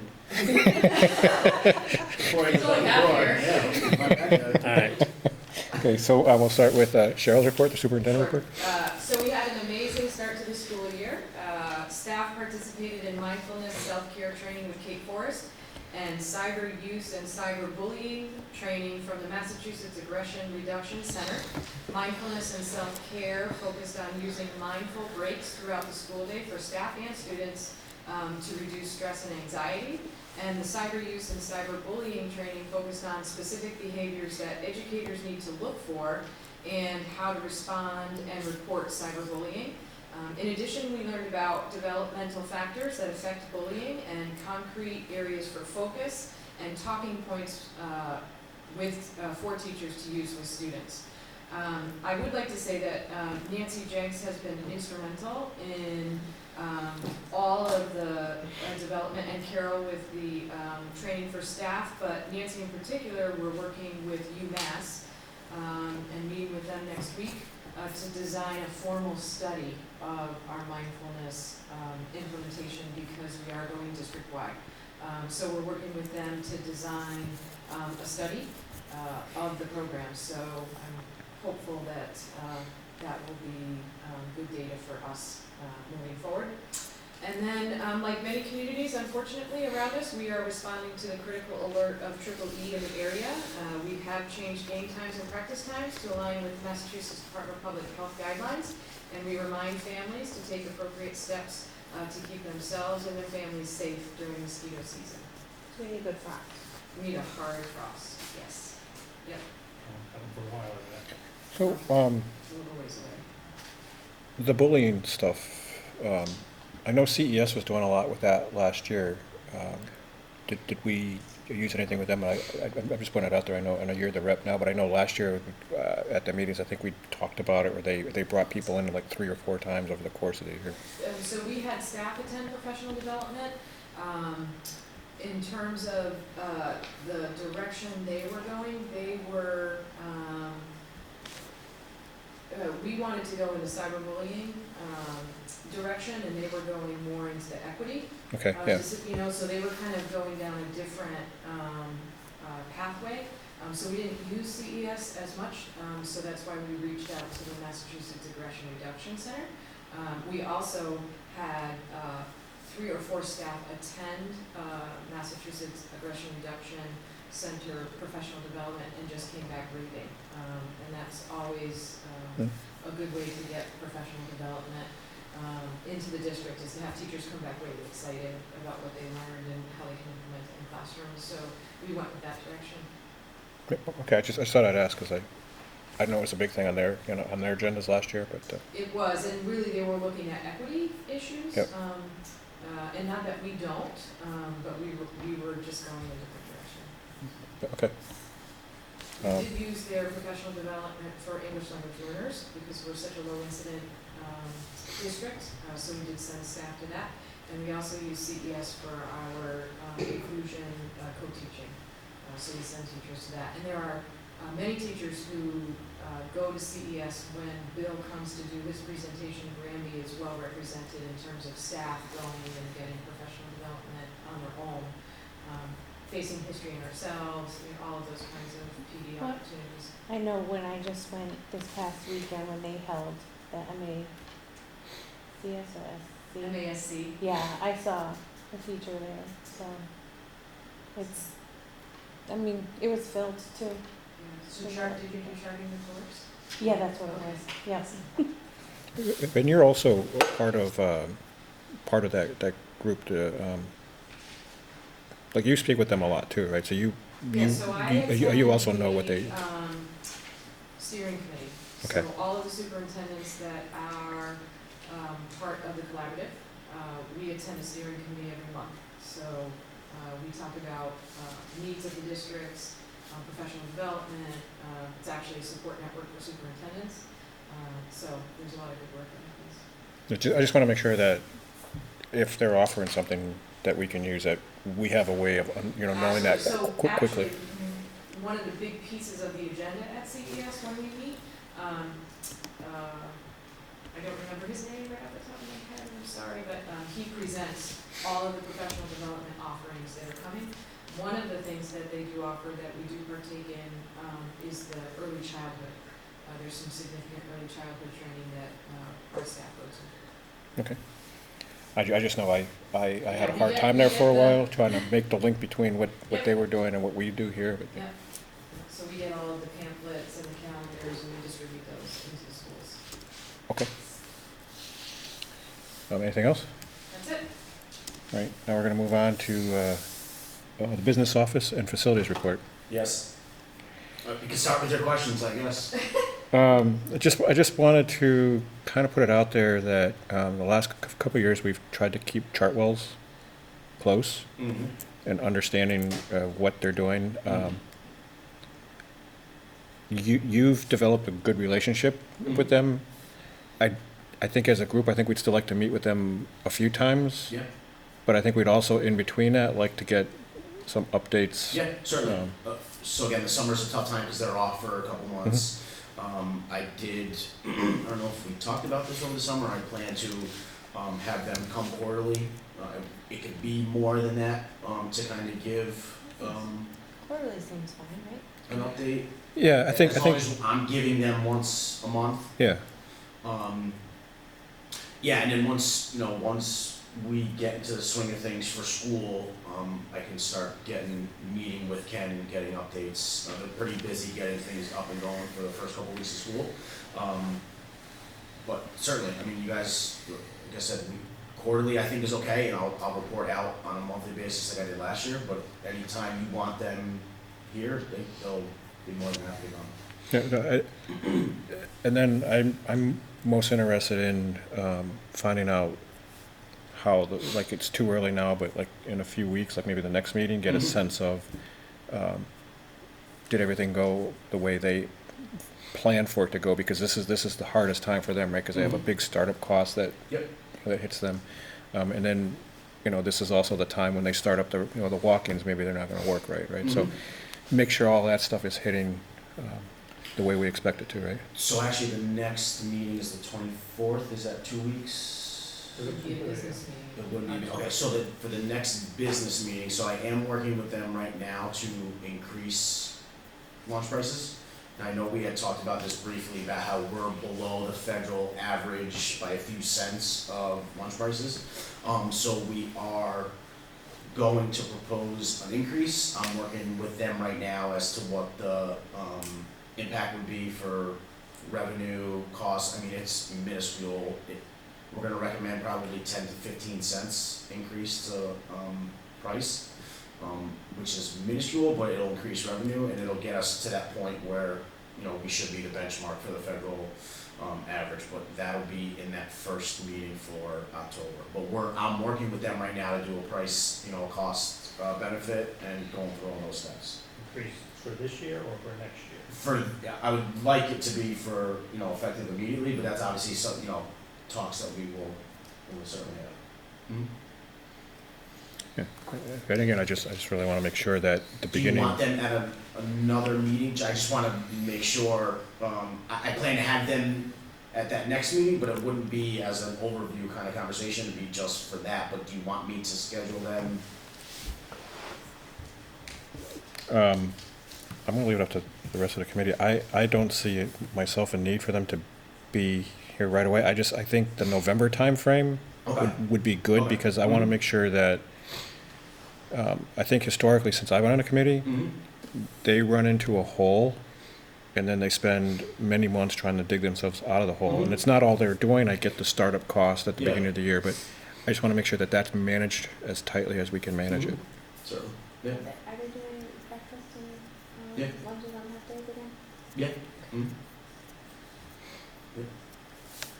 On lunches for field days? I think that was a big hit, but I know, I loved it. Yeah, It so. was a big hit, I really liked it. It's all about Jen. Yeah. Yeah, and as long as they're notified, I mean, that's, as long as they're aware that there's a field trip, yeah, certainly. And they're still doing the bag lunches or the to-go lunches this year. Is that still on their plan, like they did last year? For like half days Yeah. or snow, that stuff will all continue to Okay, be, right. Sorry.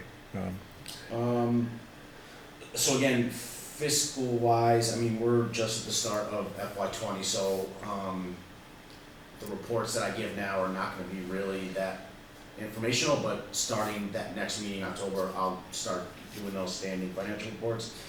FY19, I'm working on the end of year report now, it's due in a few weeks, so I'll give a overview on that once that's finished. Facilities wise, Steve talked about the roof, we talked about the boilers. What happened to the incident? Yeah, so they found it. So obviously you can see with a blacktop they replaced it. Yep, the leak has been repaired. Yep. The company ate the cost of it. Okay. So That's what I'm at. Yeah. There's no obligation to the town, the school, and they should be back, if not this week, next week, to just line that little area right there. Cool. That's great. Consistent with that. Thank you. How's it working having facilities be just with us, because it's not shared with the town, right? So like the mowing Yeah, and, so it's, is it positive? yeah, oh, yeah, it's really good. The thing now is like Patrick, who is, so again, there's John, who's the coordinator, and then there's Patrick, our two maintenance guys. Unfortunately, a lot of John's job is the clerical paperwork, talking to the vendors here, so unfortunately for right now, it leaves Patrick doing a lot of the ground stuff, and I know he's been working unbelievably, along with John, but they're just busy from 8 AM to 4 PM mowing, we've mulched, we've taken bushes out, we're just finally catching up to some stuff that's been neglected over the last several years because we just don't have the capacity or the It manpower. looks good out there. Yeah, I just want to say that. yeah, It looks good out there. and I tell them every day, like, I certainly appreciate what they do. The town was on a regular mowing schedule, this summer, it kinda helped, we didn't have that much rain, so, but yeah, the grounds, I think, compared to last summer, not that they looked awful, but I think they look better. So it's certainly helped us So to we're in have, charge of mowing now, right? The school department, the school does it, right? So- Yeah, go ahead. from 202, from the island where you come around the high school to 202, the town comes. Oh, They do From, bigger mowers, they do all that. yeah, okay. and they do all the fields in And the they back. charge us for that. Yes, Of course, yes. on the in-kind sheet, so, All the other stuff Not a around bad the price, school, though. not a bad price. no, all the other Very stuff around fine. the school in East Meadow, we take care of ourselves, that's why we purchased the lawnmower, they do the fields. So they do a huge sweep of the fields a couple times a week. One of the reasons we bought our own lawnmower was in case there was an off week or an off day where they didn't come and the grass is a little overgrown, we can go with our mower and mow the lawn. So, yes, mow the fields. Having our own in-house maintenance has been awesome.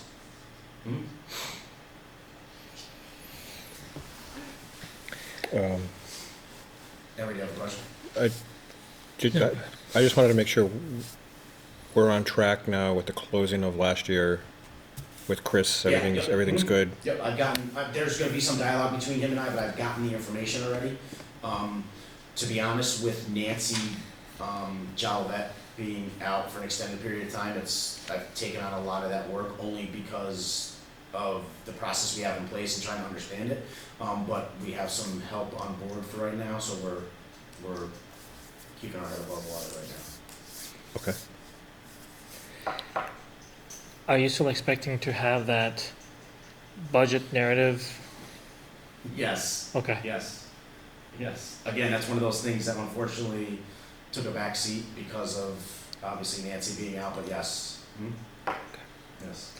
And it's not just for this year, but I'm hoping that for It is. next year's budget, that would Mhm. be on the front end so we can Yes. share it with the town. Yeah. Yep, certainly. Anything else? I don't believe so, facility-wise. I don't think so. I've used up all my questions. Huh? I've used up all my questions. There I you don't go. think For so. sure.